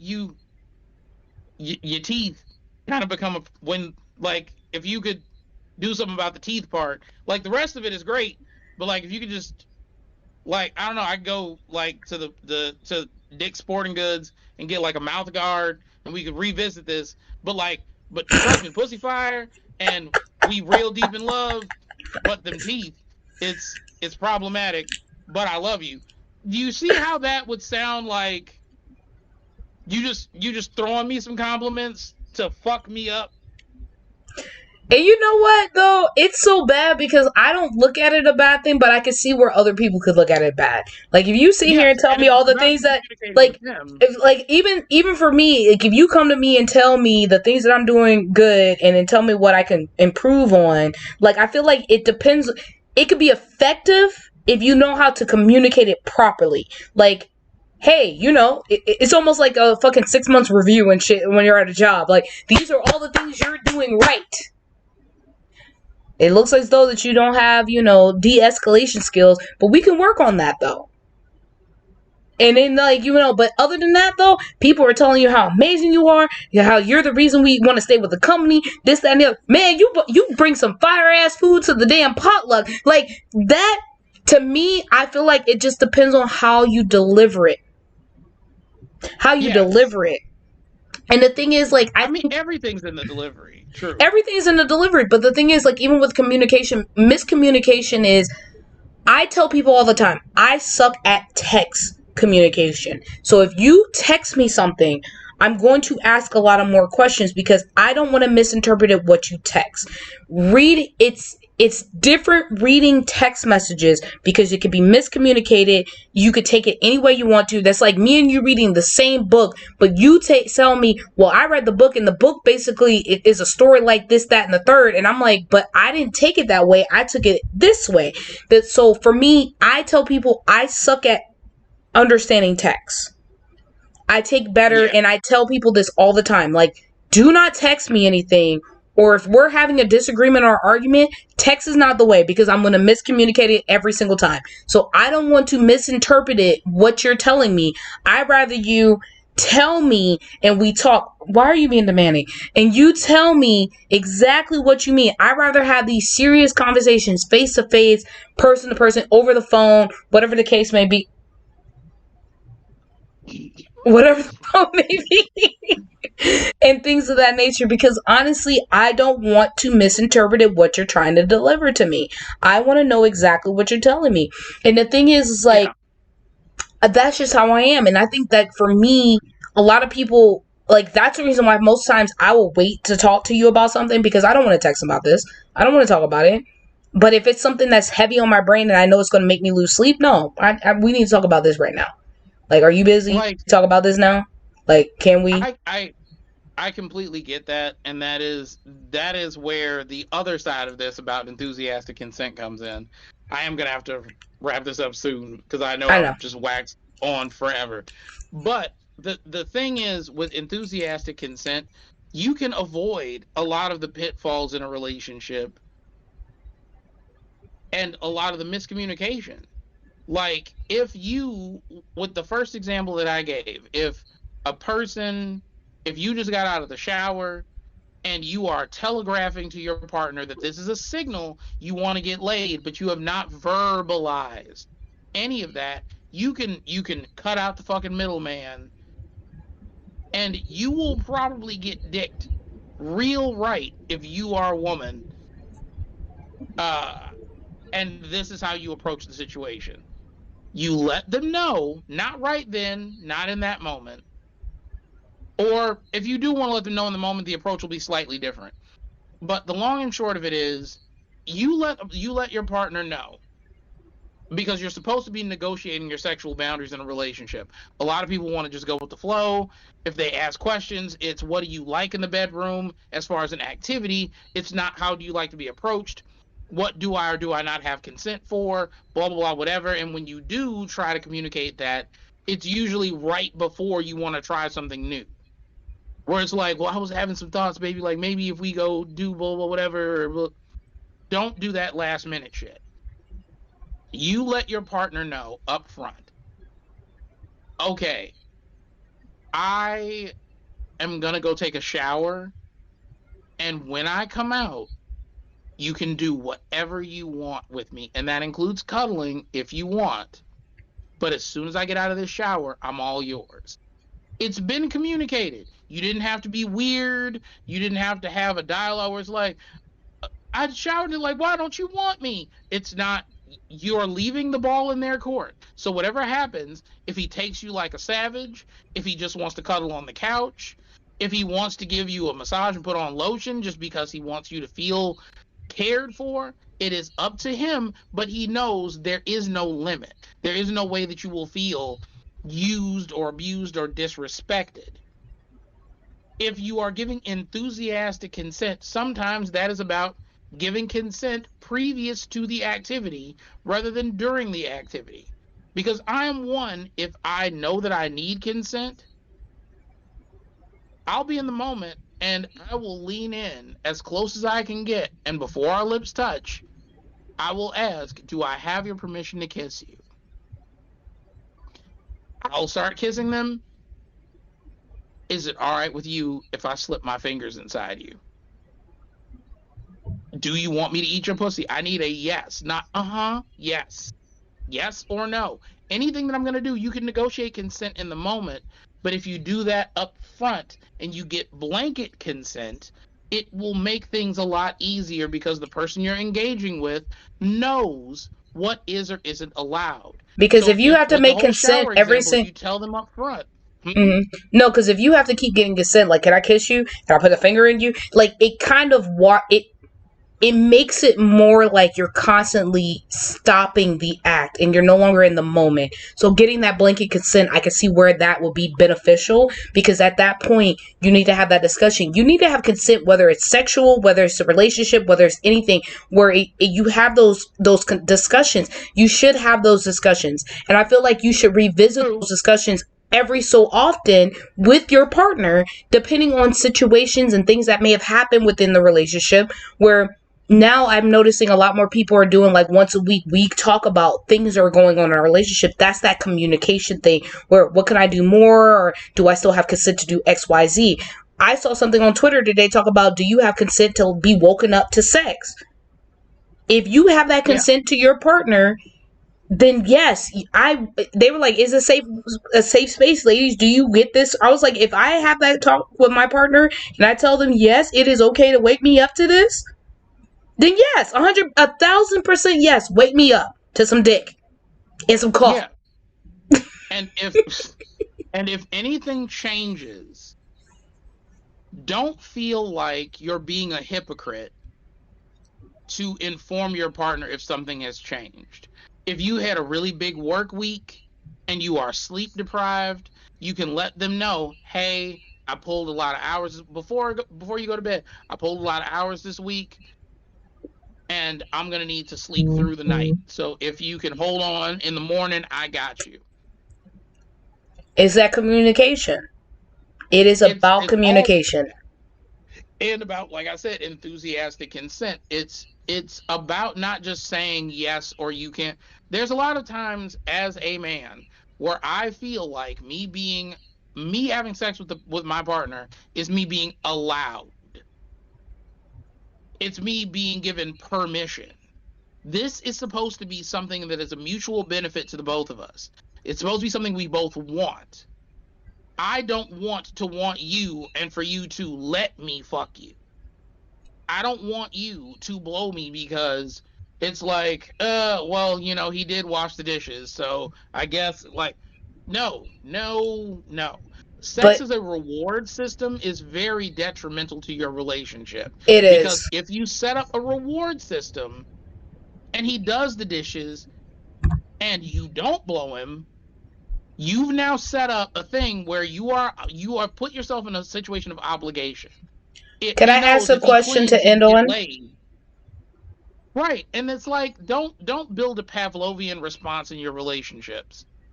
Could I Unless ask a you question literally are though? just an oral enthusiast and you are looking for any reason to hop on or fillet your partner, don't do it. Could I ask Because a you question already to end know this you're not gonna get conversation paid. though? Because I do want to ask something. Is it Mm-hmm. the thing is I'm noticing more and more like with my partners in my life as of recently. It seems like as a person who is very sexual, it's like I get now where yes, sex could be a reward system, but now we're getting to the point where more men are less inclined to initiate sex and women are forced to initiate. Me as a person who's a giver, if I constantly have to ask you for sex, I feel like I'm forcing you into it versus Yeah, I so don't feel desired, I don't feel anything or anything else like that. I keep getting the response from my partner now is I respect you. And I'm like, but you make me feel like I don't like I'm not desirable to you because you're not the one initiating. I'm constantly the one initiating. like in a situation like that, if you are the woman and you are consistently the one to initiate things, there are some things you should be checking for. Thing number one, what is the mental emotional state of your partner? If they are depressed, if they are overworked, they may literally like, and I know people will know exactly what I'm talking about. You ever wanted sex but didn't want to put in the energy or the work to do the thing? It's kind of like knowing you need clean clothes but you don't want to go to the laundry room to wash them. It's Yeah. like I know this is the thing that I want and I know this is the thing that I need, but I don't have the energy to do the thing. And when it comes to sex, women are the same way, where they'll want to, but they don't want to get the ball rolling. Like they don't want to start it, but once things get going, they're completely into it. They get their second wind. They have that energy to just rally and get into it. So first of all, check the mental emotional state of your partner outside of the context of sex. Just ask them, did anything happen today that drained your battery? Doesn't have to be like, oh, was anything stressing you out? How was work? Did anything happen today that drained your battery? And if they're like, yeah, this dude in line was just fucking irritating and I stood there and it just wasted, cool, Mm. Has anything happened recently that's been running through your mind? Recently can be a week ago, 2 weeks ago, but if he has a recurring dialogue in his or her head, Communicating that is helpful. And you've provided a vague enough prompt that they have the room to kind of let their mind wander and they can do some introspection. They can think, is there anything bothering me? Is there anything on my mind? And if they're stressed or if they've got stuff going on, just by talking about it, you'll notice their energy go up. They'll look a little happier, a little brighter because they're unburdened. And then they may initiate sex because they're like, you give a fuck about me. And there's nothing that turns a man on more than a person actually giving a fuck about them. If you give a shit about me and what's going on with me, and it's not for it to, I've been asked, what are you doing? Are you okay? Like, what's going on? What's going on with you right now? And I've had to train my response to be, what do you need me to do? Because, like, I know you don't give a shit how I feel. What you want is for me to do something for you, so I'm just going to cut the fucking middleman out. What do you need me to do? Because if you're asking, what am I doing right now? How am I feeling right now? I know you don't care.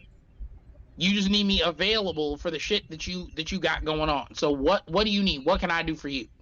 That doesn't sound fair to you, though, Zeb. You know how I feel about that. I did not hear any of what you just said.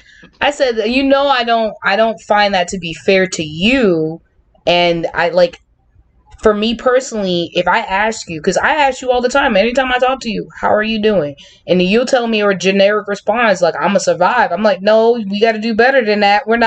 That's not what we're here for. I need you to be living and thriving, sir. Nigga, the best that I can hope for is survival. I don't want to hear that. I'm constantly inundated with a bunch of emotionally draining things, a bunch of not ideal situations. So my battery stays on 6% all the time. If I get to 30%, nigga, it is a good day. I don't even remember what having 100% charge looks like. I need you to get back. I need you to get back to 100%. Yes, Kat, they are real. Now get out of here. Yes, it's real. Like, you didn't have to check. Trust me. Jesus Christ. He does this all the time. Yes, baby. In a minute. He just can't believe it. So, when it comes to enthusiastic consent like that, and you are the one doing all of the work or most of the work with initiating things, check on the emotional, psychological state of, God damn, those are... Anyway, so just checking on the emotional, psychological state of your partner. And if you get that out of the way, or if they're doing all right, or if, they're stressed and you kind of address those issues, the second thing is to let them know that they are wanted. And if you let them know that they're wanted, they don't feel like a pervert, because that's a lot of it. You feel like you're stressed or things aren't going well or you're tired. That's understandable. But there are times where you feel like your mood is not a good enough reason for you to be pursuing sex with your partner. Yeah, I want some pussy. Does that mean that the person with the pussy wants me to have it? No. You might just be minding your business, looking cute, and here I am ready to rail you like a line of cocaine. That doesn't help. Not a line of cocaine, though. Yes, like, I'm just saying, you're minding your business, just thinking about trees and shit, and here I am, instead of a line of cocaine, I apologize. Here I am ready to rail you like it's Tony Hawk Pro Skater 3. Like, the issue is more about us not wanting to impose on you. And it's going to take a while, and it's going to be a consistent effort on your part, which I will acknowledge is not fair, but consistent effort on your part to let me know I am wanted, my issues matter to you, and my mental and emotional state matter to you, and that you are open and receptive to receiving me in any of these scenarios. I then have free reign to approach you. What I don't want to do, And I'm going to take you through a typical day with me and when one of and my partner, my former partner, even sometimes my current partner. I will get up for work and it's early as shit. And I'll be thinking in my mind, I wonder if we can fuck around. But then I'm like, okay, they've been asleep all night. First thing in the morning, they got to go to the bathroom. Like, that would be disrespectful to try to plug them up and they need to go run off to the toilet. So just, no morning quickie. Get your shit together. Get the fuck out of here. So you get your shit together. You go to work. You do your 8 hours, 9 hours, 12 hours, whatever the case is. You're on your way home. You're glad to see them. You're glad to reconnect. You're looking at them while they drive. They're looking at you, and they're like, "What?" And you realize you're staring at them like a fucking giddy school child because this is the person you've been waiting all day to get back to. You've done your 9 to 5 bullshit. You were ready for it to be over, and this is the person you want to spend time with. But I you believe can't me, I know that. just leap across the seat and put your face in their face because they're driving. You don't want to crash. Get your shit together. So you're like, all right, we can wait till we get home. You get home and you realize your body has been without a proper nutrition for several hours. You need to make dinner happen. If it's their night to make dinner, they're making dinner happen. If it's your night to make dinner, you're making dinner happen. And you want them to be happy. So you end up having a 20-minute discussion about, well, what do you want to eat? Well, I don't know. What do you want to eat? Well, I don't really want to cook. Well, are you sure you don't want to cook? Because I want to cook. Well, fine, you can cook, but how long is that going to take? Because I'm really hungry. And you're going back and forth, and you don't want to do any of this. The only thing you want to eat is them, but you have to be responsible because you're an adult. So you get food sorted out. You all have both eaten, and you're sitting on the couch, and you're like, we're home alone. We're sitting on the couch. I could just reach over and just run my fingers down there in her thigh and just start going to work. But you're like, they just ate. That's intrusive. They didn't ask for any of this. So you might do something playful, might poke their boob or whatever, and they react ha ha ha instead of don't start nothing we gonna have to go to the bedroom for. So you don't take that as anything relating to consent. You're like, I did a thing. They did not react in a way that clearly displayed to me they want to get laid. So I'm gonna pull my punches and I'm gonna get my shit together. At that point, you all are entertaining yourselves while you eat. So you watch a movie or a show. The show or movie ends. You all have to get ready for bed. So you're thinking, all right, well, I'm gonna go wash up because can't have day old nut sweat and be trying to get in the end. So you go in there and you wash up, and the person's laying in bed, and you ask the obligatory question, which means everything and nothing at the same time. What you doing? Getting ready to go to sleep since we got to get up early. Okay, that just shut the whole store down. Not tonight. Damn. They got to get up early. And if it doesn't shut the store down because they didn't say they got to get up early, just getting ready for bed, how do you approach that? Do you let the person know, like, hey, I know you in bed already and you sleepy, but you want to mess around or fool around or whatever, and they're full, and you know that that's going to be slightly uncomfortable to be moving around after you just ate a meal, and this goes on day after day throughout the week. Then it's the weekend, and you're like, all right, fucking Friday night, Saturday night, we ain't got shit to do. You're always looking for an opportunity not to have sex with them, but an opportunity to engage them respectfully where you don't feel like you're being inconsiderate to their needs, to the situation, to how they feel. And you have the power to erase that. You can let them know, I'm going to go to sleep, but after I lay down, if you want to do anything to my body between right now and whenever I wake up first thing in the morning, my body is yours. Do you think also it could be a trauma response? And this is just a quick yes or no question. Do you think that guys are this way now because of a trauma response, not only because of what women are saying on social media and us feeling as though that we haven't been heard over the years, and we're talking about how all dogs ain't shit, and they're taking it personal as if they did something wrong, so guys are responding this way now?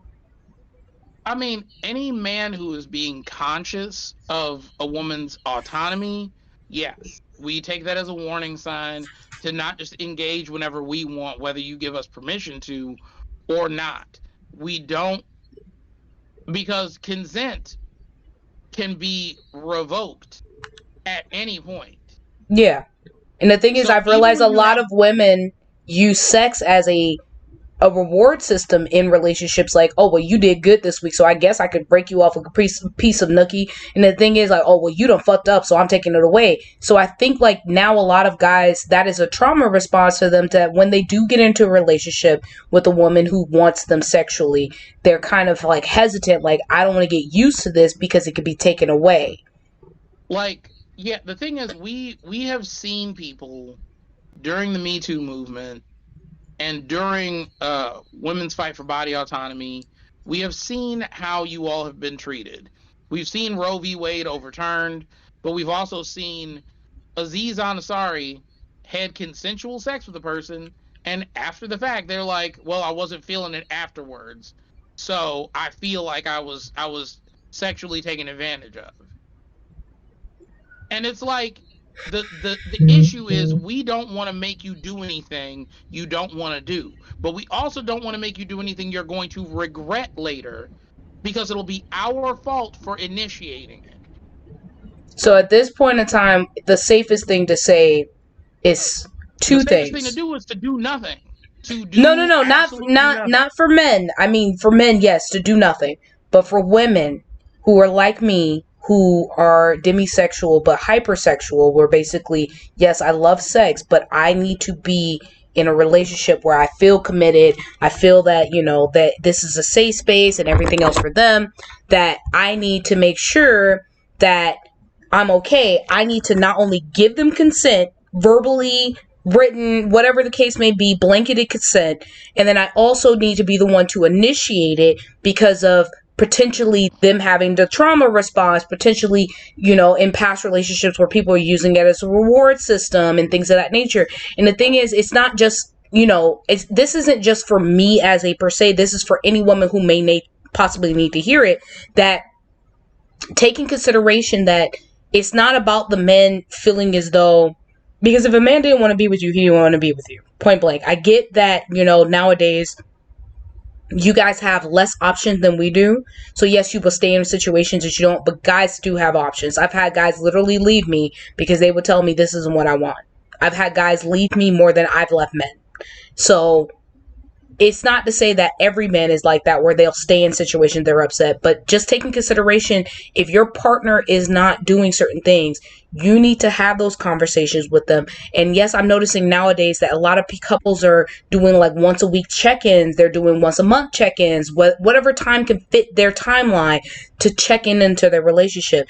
The thing is, I think my partner gets irritated with me because I constantly ask him, do you want to even be in a relationship? Because there is a lack, or there isn't enough communication in my eyes, but in his eyes, he sees nothing wrong. So it's just about not, huh? That question is the kiss of death in a relationship. I know, it's so bad. But the thing is, it's just like, if you're not, for me, because I'm constantly on the move. If I feel as though that I stopped asking the question, like, in the first couple months, but, like, now that we're, like, past the 6-month mark, I'm like, you're still here. Like, you're still here. You're dealing with me. So I'm not going to ask that question no more. Like, I get tired of asking the question, because if you wanted to leave me, you'll leave. But at the same time, I'm starting to see, and the thing is, like, some of my guy friends are now, cuffing season's over, they're starting to get in that predicament where they're miserable and all they do is complain, but they don't want to leave it because of, you know, they don't know if they're going to find something else, and they don't want to be for the streets, because a lot of these men ain't for the fucking street. Like, they don't have options out on the fucking table like that. And these men, they're like, if I didn't look at them as brothers, I could see why they could pick up girls. Like, these guys, it's not like they don't got options, but they're staying in relationships that they're not happy in. And this is what posed that question, because, again, it's that whole nice guy finished last mentality. Like, I got an option. I'm in the door, and if I leave this door, then I may not get a door again. Like, I'm here because I may not have this opportunity again. So you're stuck in these situations, in these cycles of not being happy. And the thing is, like, I personally, as a person who wants other people to be happy, as a humanitarian, it's just like, I get why men are like that, just like I get why women are the way that they are. And for me to understand more on both sides, I like seeing both sides of the spectrum. I like seeing why men are the way that they are and why women the way that they are. And as a woman who, I look at where we are, but I also understand that men need to be happy too in relationships. And if you don't want to do something, then just voice that you don't want to. Like if you're in a relationship with a woman but you don't want kids, but you clearly know she wants kids, then you need to voice that. You need to have those communications. And the thing is, if women want to fight for equal, mentality and equal rights, then your rights should be just as valid as theirs. And that's just the caveat of this whole equal rights movements. Yes, your opinion matters, but hell, his does too. Oh, but he's a man. He should know that's not fair. Oh, well, I'm a woman. No, that's not it. And if a man is a piece of shit for cheating, you're even more of a piece of shit for cheating because you have more options. You had time to think about it. He had this once in a lifetime opportunity. You've had dick thrown at you from day one. And even more because you're in a relationship. Because I will tell you, I have people look at me less when I'm not in a relationship. But then when the moment I'm in a relationship, all of a sudden, hey girl, I've been trying to talk to you all year. Since when? Since when? So if I cheat, and I can see why my guy friends have it, because my homeboy was crying 2 weeks ago because his girl cheated on him. And I was like, bro, she had this option probably lined up for a while now. And she thought about it. Because the person was probably persistent. And it was because he started to literally build. And one of my homegirls had an option to cheat on her dude. But in our group chat, and I asked her before I told the story, I always ask consent to share partial stories. She shared shit in our group chat to a bunch of other females, and they were saying, yeah, girl, go ahead and cheat. Not realizing that the dude that she's with is building a business. He ain't worried about cheating on her and doing anything else. His focus is just on building this business and starting, and now they're engaged. She could have literally taken the opportunity to cheat. And she had an opportunity. She was been thinking about it for months. She had an opportunity lined up for months. And she was like, oh, well, he's not giving me enough. He ain't doing this, that, and the third. And she thought about it. But this man was not focused on cheating on her. He was like, I want to build up. He was even buying a fucking engagement ring to propose to her. So he wasn't even focused on it. But that's the thing. Like, if she would have done it, she would have been a piece of shit. No, I'm sorry. Women's society would have like, what did he do wrong? And the thing is, in my opinion, I'd be like, if you would have cheated on that man, you would have been a piece of shit. And the thing is, even with like me in my situation, if I would have done anything in my situation that would have done any wrong in my relationship towards the person I am, first and foremost, it would have eat at me morality, like my morale. Because he doesn't deserve that. And me as a person, I know what it feels like to be cheated on. I know what it feels like to be an option. I know what it feels like. That's the reason why for me, I would never do that. If I'm in a relationship with you, I will stick with you through thick and thin. I am the pure definition of a ride or die. If I'm in a relationship with you, I see something in you. We're going to build together. We're going to work through it. I don't care if we're not having sex. As hypersexual as I may be, if you're not giving me sex, I'm not about to cheat on you. Point blank, period. I don't care how much dick is thrown in my direction. I don't care. But the fact of it being that women nowadays, that's the thing. They will literally see that there's an opportunity that is there, and they will leave what they have for a moment of pleasure. Oh, this guy's giving me flower and attention and affection, but then you'll leave a person who could potentially be your life partner over some dumb shit. And that's the thing. I don't necessarily even know that it's for pleasure. Like, I think we're all trying to do better. We're all attempting to have more. We're all attempting to be in a different place. But while we're trying, and emotionally. But I also feel as though that with social media, with a lot of us going through these self-help, like these love discoveries, we're taking in information from other people who may not fully got their shit together. And they feel as though that because people are eating up what they're saying, I'm going to listen to what they're saying. And yes, that nigga is spitting, quotation marks. Or, oh, that girl is spitting. She's saying exactly what it is, not knowing that in her real life, she may not got it all the way together. You listen to what all these other people saying because you don't have your shit together and you don't know where to go to even figure it out. That you're like, well, she's talking the truth. This, that, and the other. And the thing is, it's just like most of us don't know ourselves. And I can tell you,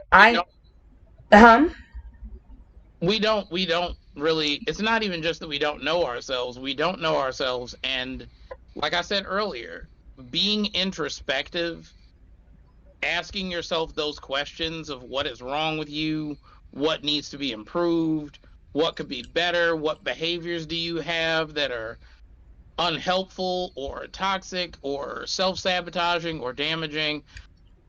Being introspective is uncomfortable. it It's is. uncomfortable, and a lot of times it's fucking painful. And yeah, It you is. can look at your life and your history and you can see the ways that your parents affected you negatively, the way that your environment affected you negatively, the way that your choices have affected you negatively. And with all that negativity, it just feels like an orgy of sadness. It is. And so, no, nobody wants to intentionally fucking depress themselves, but growth comes from examination and a shift in perspective and changing tactics. So, if you're willing to do those things, you can have a better outcome, but that outcome isn't guaranteed.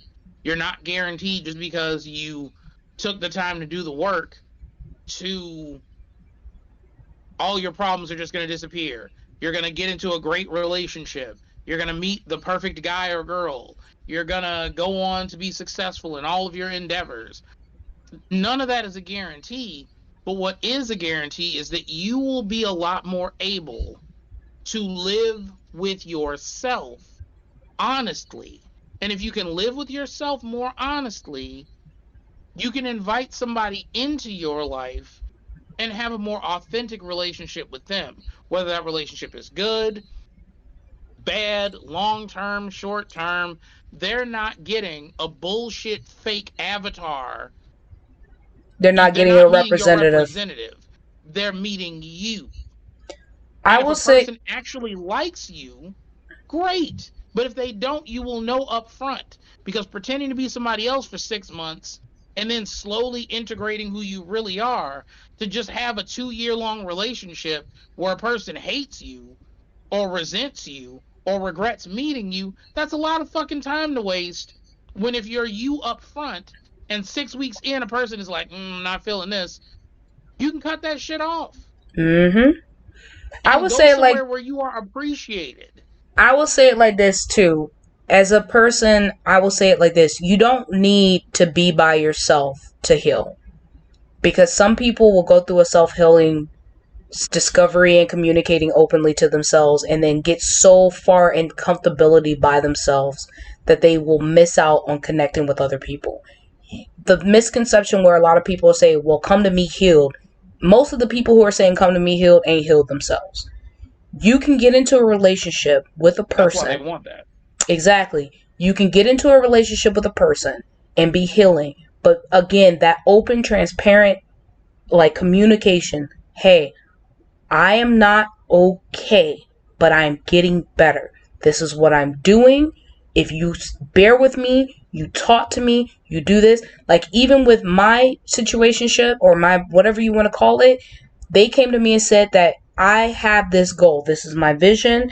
And unfortunately, you could either be in the passenger side or you could stay at a stop and then I come back and double back around on you at this point in time. But this is what my goal is. This is what I'm trying to do. They made that very upfront and personal.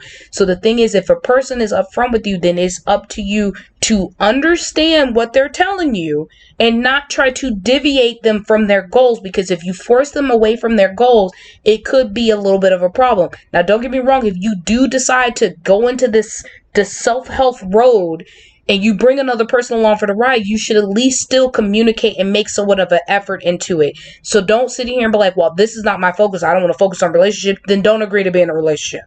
Don't do that because that's And not fair to that also person. paint an accurate picture.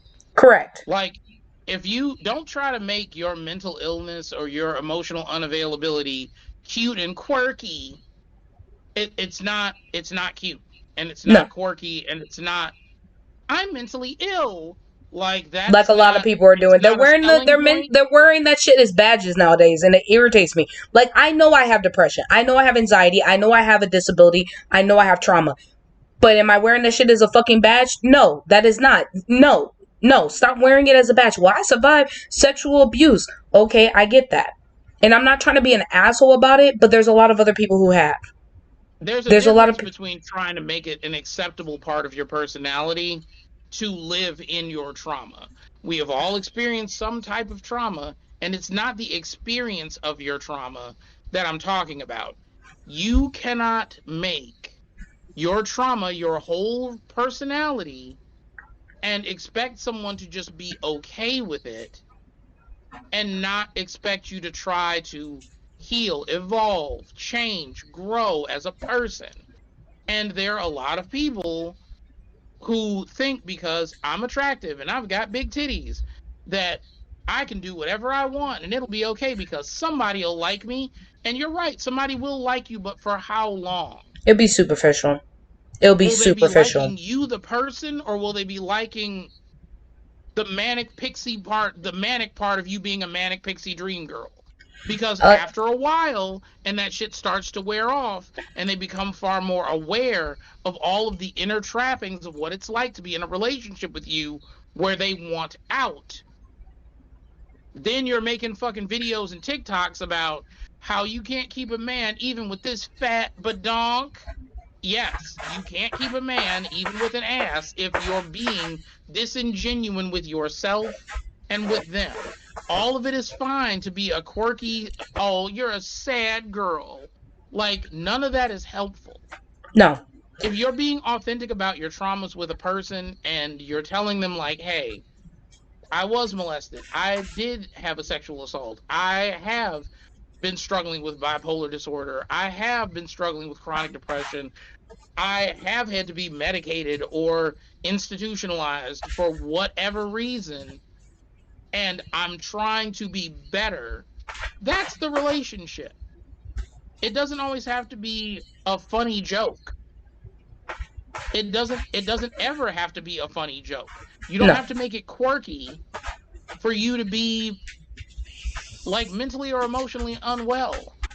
And the issue that I confront a lot of the time is that people don't want to be better, they want to be tolerated.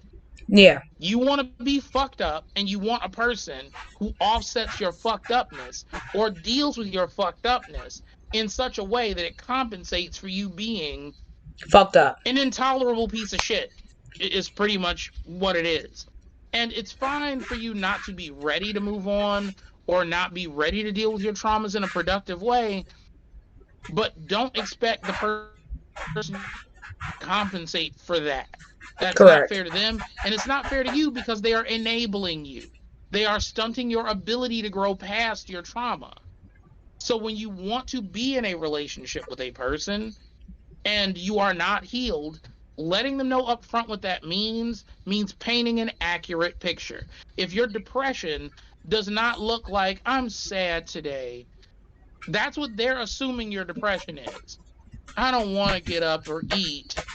But if your depression is you sitting in the shower, contemplating self harm, crying uncontrollably, they might want to know that up front because if they can't deal with that level of depression, they may need an exit strategy. If your depression is you having a bunch of plans for the day and they go out grocery shopping and come home and you haven't done anything on that list of things you had planned to do, but you're playing depressing music and video games and you are unwashed and like you haven't eaten anything or hydrated at all, they need to know that is the depression they're walking into to help you stay on task, to help you get to a point where you can make healthier choices or make better decisions or where they can assist you. But Because when if they you're don't know that that's what your depression looks like, they're just they're just there to bear witness to you being like fucked up. And I will tell you like this, if your partner cares about you enough, they're going to I keep you on the cannot straight and hear narrow. a word you're saying. Can you hear me? Nope. Hold on. Did you Say not again? hear me? I think I lost it. Hold on. Can you hear me? No. Nope. Child of I can't hear God. you, but I can see your mouth moving, which, is half the battle.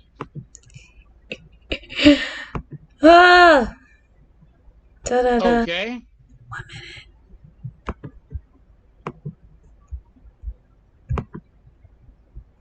Can you hear me All now? right. Can you hear me Yes. now? Cool. For some odd reason, my default So I would tell you like this: be very transparent. And if you tell your partner up front the problems that you're having and they're willing to work with you, they're not coming for you in a way. Yes, it does take a lot dealing with a person who is trying to heal. If they're coming to you and they're telling you, hey, I noticed you're doing XYZ. Are you okay? It's a way of gently kind of talking to them, but also keeping them on the straight and narrow. If your partner is coming to you saying, I noticed that you're being depressed a little bit today, how about to go take a shower? They're not trying to come to tell you, oh, you smell. No, they're trying to keep you on this path. So if you're telling your partner and you're being very transparent, especially on a self-help, discovery and self-love discovery thing, then you have to understand that they're also being there. If they don't give two flying fucks, they're going to let you just fucking crash and burn. They're just going to watch you. They're going to I'm going to watch the dumpster fire. They're I just along told for the ride. they're along for the ride. They're like, well, she makes me happy when she's not in a bad mood, so I'm gonna just stay here until she's no longer in a bad mood. The thing is, I have to learn as a person, like, what I instantly go into defense mode the moment somebody wants to tell me about something. My partner will tell me about something. I'm like, why are you telling me this? And then I realize that it's a triggered mechanism for me because of my fight or flight mentality, that he's actually telling me things to make me a better version of myself, that he knows I suffer depression, I suffer, anxiety. I also deal with my health and this, that, and the other. He's like, you have to learn to start letting people help you, because anybody who knows me, I'm willing to help everybody, but I don't want nobody to help me because I'm used to being the person everybody that helps everyone. So it's like, you're telling me things and I'm like, I don't want to hear it. But then I realized that he's telling me things because he cares. And if he didn't care, he would just let me crash and burn. So if you are dealing with somebody and you are not healed, but you're healing, and they come in and they're talking to you, they're communicating because they care enough about you and they see the path that you're going down and they want you to be a better version of themselves. Unlike other people who get into relationships and they're watching their partners heal and there's like, I'm not going to say anything. I'm just let it go and just watch it. And, when they decide to get out of this mood, I'm going to be there. So you have to take in consideration, yes, you should allow yourself to be loved while you're healing. But also at the same time, if you feel as though that you're not equipped to be in a relationship, let's say you're just starting and you're not equipped to be in a relationship or allow yourself to be loved while you're healing. Because in my opinion, as you're going through a healing journey and a self-discovery, if a person's there when you're at your worst, because unfortunately you're going to take 18 steps back before you actually take 4 steps forward in this kind of discovery. If they can see you at your worst and still love you, those are keepers. Yes, I hear those horror stories about these people talking about, well, I stayed by his side when he got through an accident and then he turned around and cheated on me. That's them. What else are you not telling us? But the thing is, you have to I mean, understand when. Go ahead. no, like sometimes that happens, and that happens because of a person. You have to understand, with a person who has issues, sometimes the only way they can reconcile a good thing happening is by blowing it the fuck up. Mm-hmm. A lot of people, if you've been by their side from the beginning, have seen them through thick and thin, have done everything correctly, have been their rock and their support system, yes, they will turn around and fuck somebody else or destroy something that means something big to you or do something unforgivable because they want to sabotage the relationship. The idea that they can have a happily ever after is such a scary fucking thing to them that they would rather live in trauma and dysfunction than potentially have something better to have it ripped away from them or to have it fall apart or to build up their hope to just have their hopes dashed or crushed. And some And I'm not people will saying do that it. we Men need to will be do it too. forgiving of that behavior, but I Mm-hmm. am saying acknowledging that it is something that can happen and finding out, yeah, do you want to be in this relationship or were you just doing something to try to hurt me so I'd leave? Mm. Because some people will That, try to find a way. Some people will literally try to sabotage a relationship to leave or force that person to leave because they don't want to be the person to break up. And I get that's the case. But it's, again, that form of communication and having those talks with your partner. If you know, or you could see those, that silent communication and the verbal communication, you need to be paying attention to. So again, one thing that I will go ahead and I want to end this up with, because I know you need to be leaving to go back to daddy duties, is that one of the things that a lot of people need to understand is that in relationships, communication and consent is key for both parties. Not just women, not just men. These women have fought so hard to have equal rights and be heard and this, that, and the other. Men deserve to be heard too. And I get that there's a lot of men out there who want to be heard, but because they don't have as much option as women do, there's women out there. If I'm doing it, I know there's other women out there who want you to be happy just as much as you want to be happy. And I get the misconception from the old generations passed down to y'all that it doesn't matter about your happiness, it's about her happiness, especially with everything going on with consent and listening to her body and her matter and Me Too movement and all this other stuff. If she has to fight for what matters to her and what makes her happy, you deserve to be happy as well. If you are not happy in that situation, I guarantee you there's other women out there who will love you for you. I personally, I get mad now because I'm starting to see a lot of women talking about it's not a flex to be with a man who doesn't have a job, or you're with a man who that money is not a concern for you. I feel like at the end of the day, whatever makes you happy, happy. What makes you whatever you eat don't make me shit. I don't care about what the fuck you want to do. If you want to be with a man with money who treats you like a fucking trophy and beats on you and cheats on you every week, by all means do what you want to do. But I don't want a man to be in a relationship with me thinking that he has to spend money on me, because I feel as though that money can come and go. You can lose a job tomorrow or whatever the case may be, but do you make me happy? If I have to be with you for material possessions, I don't need to be with you, because I will not be happy. I'm not a materialistic person. I can lose all my materials tomorrow. I can lose my job tomorrow.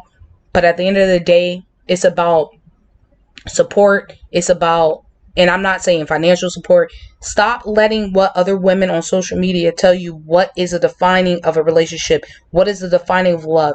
Nobody has the fucking formula for love. Because at the end of the day, yeah. The thing is, I can sit here and get in a relationship with you, Zeb, tomorrow. And what may work in other relationships may not work for you. What may work for other relationships may not work for you.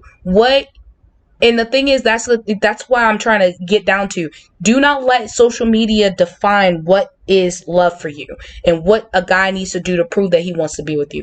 If a guy does not want to be with you, and I tell this to my partner all the time, the only reason why I'm not concerned about him leaving me is if he didn't want to be with me, he knows he can come and talk to me. And I get that he's scared about my feelings and what I may feel. But the thing is, it's a double-edged sword. Either you leave me now or you leave me later. And either way, you're going to hurt my feelings. You can either hurt my feelings now when it's still a baby relationship, or you can hurt my feelings when I'm already basically, I done already pictured what my name going to sound out like with your name. I already had your child with this, that, and like certain things like that. So you're going to hurt me either way. So either hurt me early or hurt me when the feelings are even deeper, because you could fall deeper into love or deeper into whatever feelings that you're feeling. So the thing is, it's a matter of having those communications and knowing what you're getting into and things of that nature. So when I see these people talking about, oh, you've been committed in a relationship for 7 years and you're not married yet, maybe that's not their timeline. Maybe the timing wasn't right. Maybe that she wanted to wait until he was financially stable, because no offense, I've even been told it's scientifically proven more women are financially stable or have better credit than most men do. And some women are like, I don't want to get married until you get your credit straight. And in some cases, men have better credit than women do, and they want to make sure their women's credit is straight before they get into that situation. And I don't blame them. So don't let people define your relationship. Don't let people sit here and say, well, you shouldn't get in a relationship if you're not, sound or, healed enough. Whatever your heart and soul tells you. Don't let social media and other people tell you what is right and what is wrong. But understand that as a person, as a human, men or women deserve happiness. Your partner is supposed to be your peace. They're supposed to add to your life. Yes, you should make yourself happy first, but they should be an added bonus to your life. Like, I can honestly say my typical day is when I see my partner, I look at him with so much fucking admiration. Like, bro, I haven't seen you in forever. I be looking at him with just like, I just love watching you exist. So I know how it feels as a person who just stares at their partner just awkwardly, because I know how it feels. Like, I haven't seen you in days, and I just like being around you because quality time for me is a love language. So I'm like, oh my God, like, I haven't seen you in like 4 or 5 days. Oh my God, like, oh my God, I just love how he turns the wheel, and, the little things that go through your brain. You're just looking at them exist, and you're loving every fucking aspect about it. And the thing is, I get it. So don't let social media define to you what is a relationship or a healthy relationship or anything. The only thing that should matter is you and yours. If you feel as though that you don't know what the consent level is and what's going on in your relationship, talk it out with your partner alone. Yes, we're having a podcast talking about consensual and miscommunication, but the only person who really needs to talk about that shit is you and your partner. Have that communication.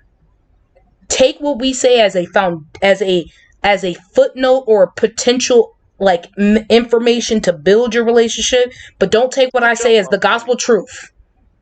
Yeah, this is honestly just a starting point for you to open a dialogue. And if you open that dialogue and you find out that, yeah, maybe this entire time your partner has not had any idea what your wants are in a relationship, and they've just been assuming, or they've been going off of what they've been doing in previous relationships that was successful, or if they have been operating from a place of insecurity and all the things they've been doing, all what you've been considering love bombing, is them just trying their best because gift giving is their love language to show you how much they appreciate your presence. You don't know. So just take Exactly. this as an opportunity to open a dialogue with your partner or even with potential partners, and just keep in mind that you and the other person may be operating from a place of insecurity, a place of desire but fear of making the wrong decisions or Or doing the fear of wrong being things. or being by And themselves. with that in mind, be compassionate to one another and give yourself and them the opportunity to open the floor for honest communication and compassionate dialogue. And if you are willing to give consent, make sure that consent is enthusiastic, and that if it makes them feel more secure for you to give that consent in writing so they don't have fear of future persecution or prosecution later on if you change your mind or if something happens, then give them whatever your partner needs to feel safe in pursuing you in the fashion you would like to be pursued. Tell them how to love you, because they're not mind readers. With that being said, Zeb, do you have any closing statements before I go into my closing spew? I don't know, for those of you who aren't aware, if I need to say this, but it should be common knowledge, but not common knowledge is not common to everyone. So I'm just going to say, despite whatever you have heard, under no circumstances there is no sex in the champagne room. None. There is no sex in the champagne room. Just want to be clear. There's no sex. No sex in the champagne room. I hear that. I hear that. Stop it. Stop it. I will say it like this, guys. At the end of the day, don't let people on these platforms tell you when is it okay for you to find love and when it's not okay to find love. If somebody is loving you right, communicating with you properly, you're communicating with them, don't let people tell you how to define your relationship. As I told my friend not too long ago, stop putting your relationship in our group chat, because some of them are not happy themselves and they want people to be miserable and single with them because they feel like that is the best life for them, and you can't let people live lives for you. Don't let people get in your relationship and put their 2 cents in. And at the end of the day, I even told my family, like, you won't know too much information about the person I'm with until we're married at this point, because it's just not, for me, it's just where I'm at. I don't want you to get attached to somebody and then get a clear definition of how I feel about them after you done fell in love with them, and then I get mad one time and emotionally driven tell you about some shit that happened. So do what is best for your relationship. Yes, these platforms like social media is really, really great to get starting points, to take some notes from, because you may not have experienced it yourselves. But at the end of the day, we are so looking for a way to live life and people to tell us how to live our lives where you're not really living our lives. So Yeah, don't take it as a blueprint. Just take it as the opportunity to open a dialogue and see where your partner's at in comparison to the things you've seen or heard. Trust mhm. them. It's their body. It's your relationship. and And tell, and on that even have note, those conversations where you want to go in your relationship. At the end of the day, you should have talks. One thing I will agree is have talks every so often on where you're going in your relationship. And the thing is, most men know what they want out of a relationship within 6 months. They know. If you by that time they don't see themselves being with you, they probably haven't voiced it, but they know. And they feel like there's no way. They'll probably be finding an exit strategy at that point after 6 months. They're waiting for you to break it off. So at the end of the day, have those communications, have those talk. But the thing is, if that person is making you happy and they're basically a best friend, don't let social media and these people in their soapboxes tell you how to live a relationship. Don't let nobody halfway love you. And it is okay to not be okay. Self-love is the best love, and self-care is the best care. And the thing is, if you want to be in a relationship while you are healing, do it. If a person is wanting to love you while you're growing, let them love you. Don't feel like because all these people say no, you need to come to me healed. If somebody is seeing you trying your best and they want to help you grow and be better, and they're going to love you when the outcome of it comes through, let do them it. love you. Let them love you. Because I get so tired of people telling me, oh, you shouldn't be in a relationship because you're healing, and he shouldn't be in a relationship because he's healing. Baby, who the fuck are you to define that? If this person is seeing me trying to heal and they're trying to make me a better person, then go from there. And so people want to put on these red flags and green flags and this, that, and the other, and they listen to what social media tells you. If this person is not beating me and this person is not cheating on me and they're making me happy and they're doing things for me, that's all that matters. If they're not beating on me and they're not cheating on me, yes, sex is great. It's a caveat. It's a bonus in relationships, but you're not gonna have sex all the time. You're not gonna do a lot of things a lot of the time. Women's bodies change. You go through menopause. You may not want sex, and then you may have a random spurt of wanting to have sex. Birth control does it too. Men randomly get depressed and not want to have sex. Or they, because of trauma responses, they may come into a relationship and not want to have sex because of past relationships where they use it as a reward system. You have to understand your partner and have those communications. And until a man is comfortable enough to communicate those things with you, you're going to have to learn and have patience and understanding and compassion.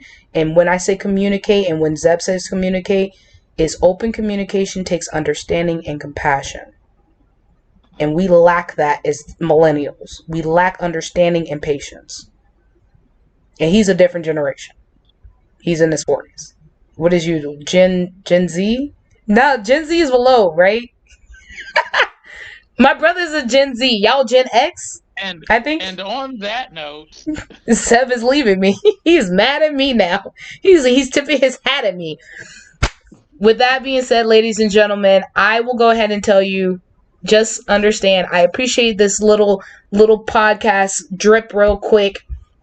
With that being said, again, I love you guys. I appreciate you guys. Enjoy this Valentine's Day special for me and Zeb, who put his hat on the camera. I hope you guys have a wonderful weekend, Super Bowl weekend, wonderful Valentine's Day. Whatever you're listening to this podcast episode or watching this episode, if you didn't watch it live, you can catch it on Spotify, on Podbean, on YouTube, and highlights on Twitch for about 30 days. And one of my sponsors is Stone Dragon. She does all my jewelry when it comes to different aesthetics. Also, if you I think Zeb has a sponsor, but I can't remember for who you have a sponsor with. Oh, what you are looking at is, and it's not a sponsor, just a cause and a person that I believe in. It is Goddess Erica, meditation and wellness, and also Make Love Not Porn. They are out here trying to do what they can for the sex revolution, so people will actually be making love authentic, real world sex. If you want to patron either of them, you can look up Goddess Erica on Instagram and She's several other amazing. places. And we have a monthly watch party on the 20th of every month. All right. With that also being said, ladies and gentlemen, make sure you guys give Zeb a follow at his handle. Is it zcarter803 on Instagram? And if you guys know, I'm lady_Reiku or model_lady Reiku. You guys can follow the links. They're going to be in the bios for my Spotify, Twitter, Instagram. My birthday is on February 22nd. If you would like to grace my Patreon, or also, cash at me, because $food time ain't gonna feed herself, because I'm struggling. I'm also, reason why I've taken some downtime for my podcast is because of health reasons, as well as just mental health. I am going to be processing getting surgery very soon. I'm just in the process of getting it. I've actually had a heating pad on this the entire time because I started cramping low-key. That's why Nico keeps giving my attention. But I hope you guys have a wonderful day. If you stick around a little bit longer, if you're watching this live, I'm about to stream on Twitch. With that being said, I should be starting up podcast episodes more frequently. I appreciate you guys for tuning in this brief moment. I hope you have a wonderful weekend, wonderful Super Bowl Sunday, wonderful Valentine's Day. Remember to communicate, practice safe sex, and also get checked every so often, even if you're in a relationship. I hope you have a wonderful one, ladies and gentlemen. Bye-bye.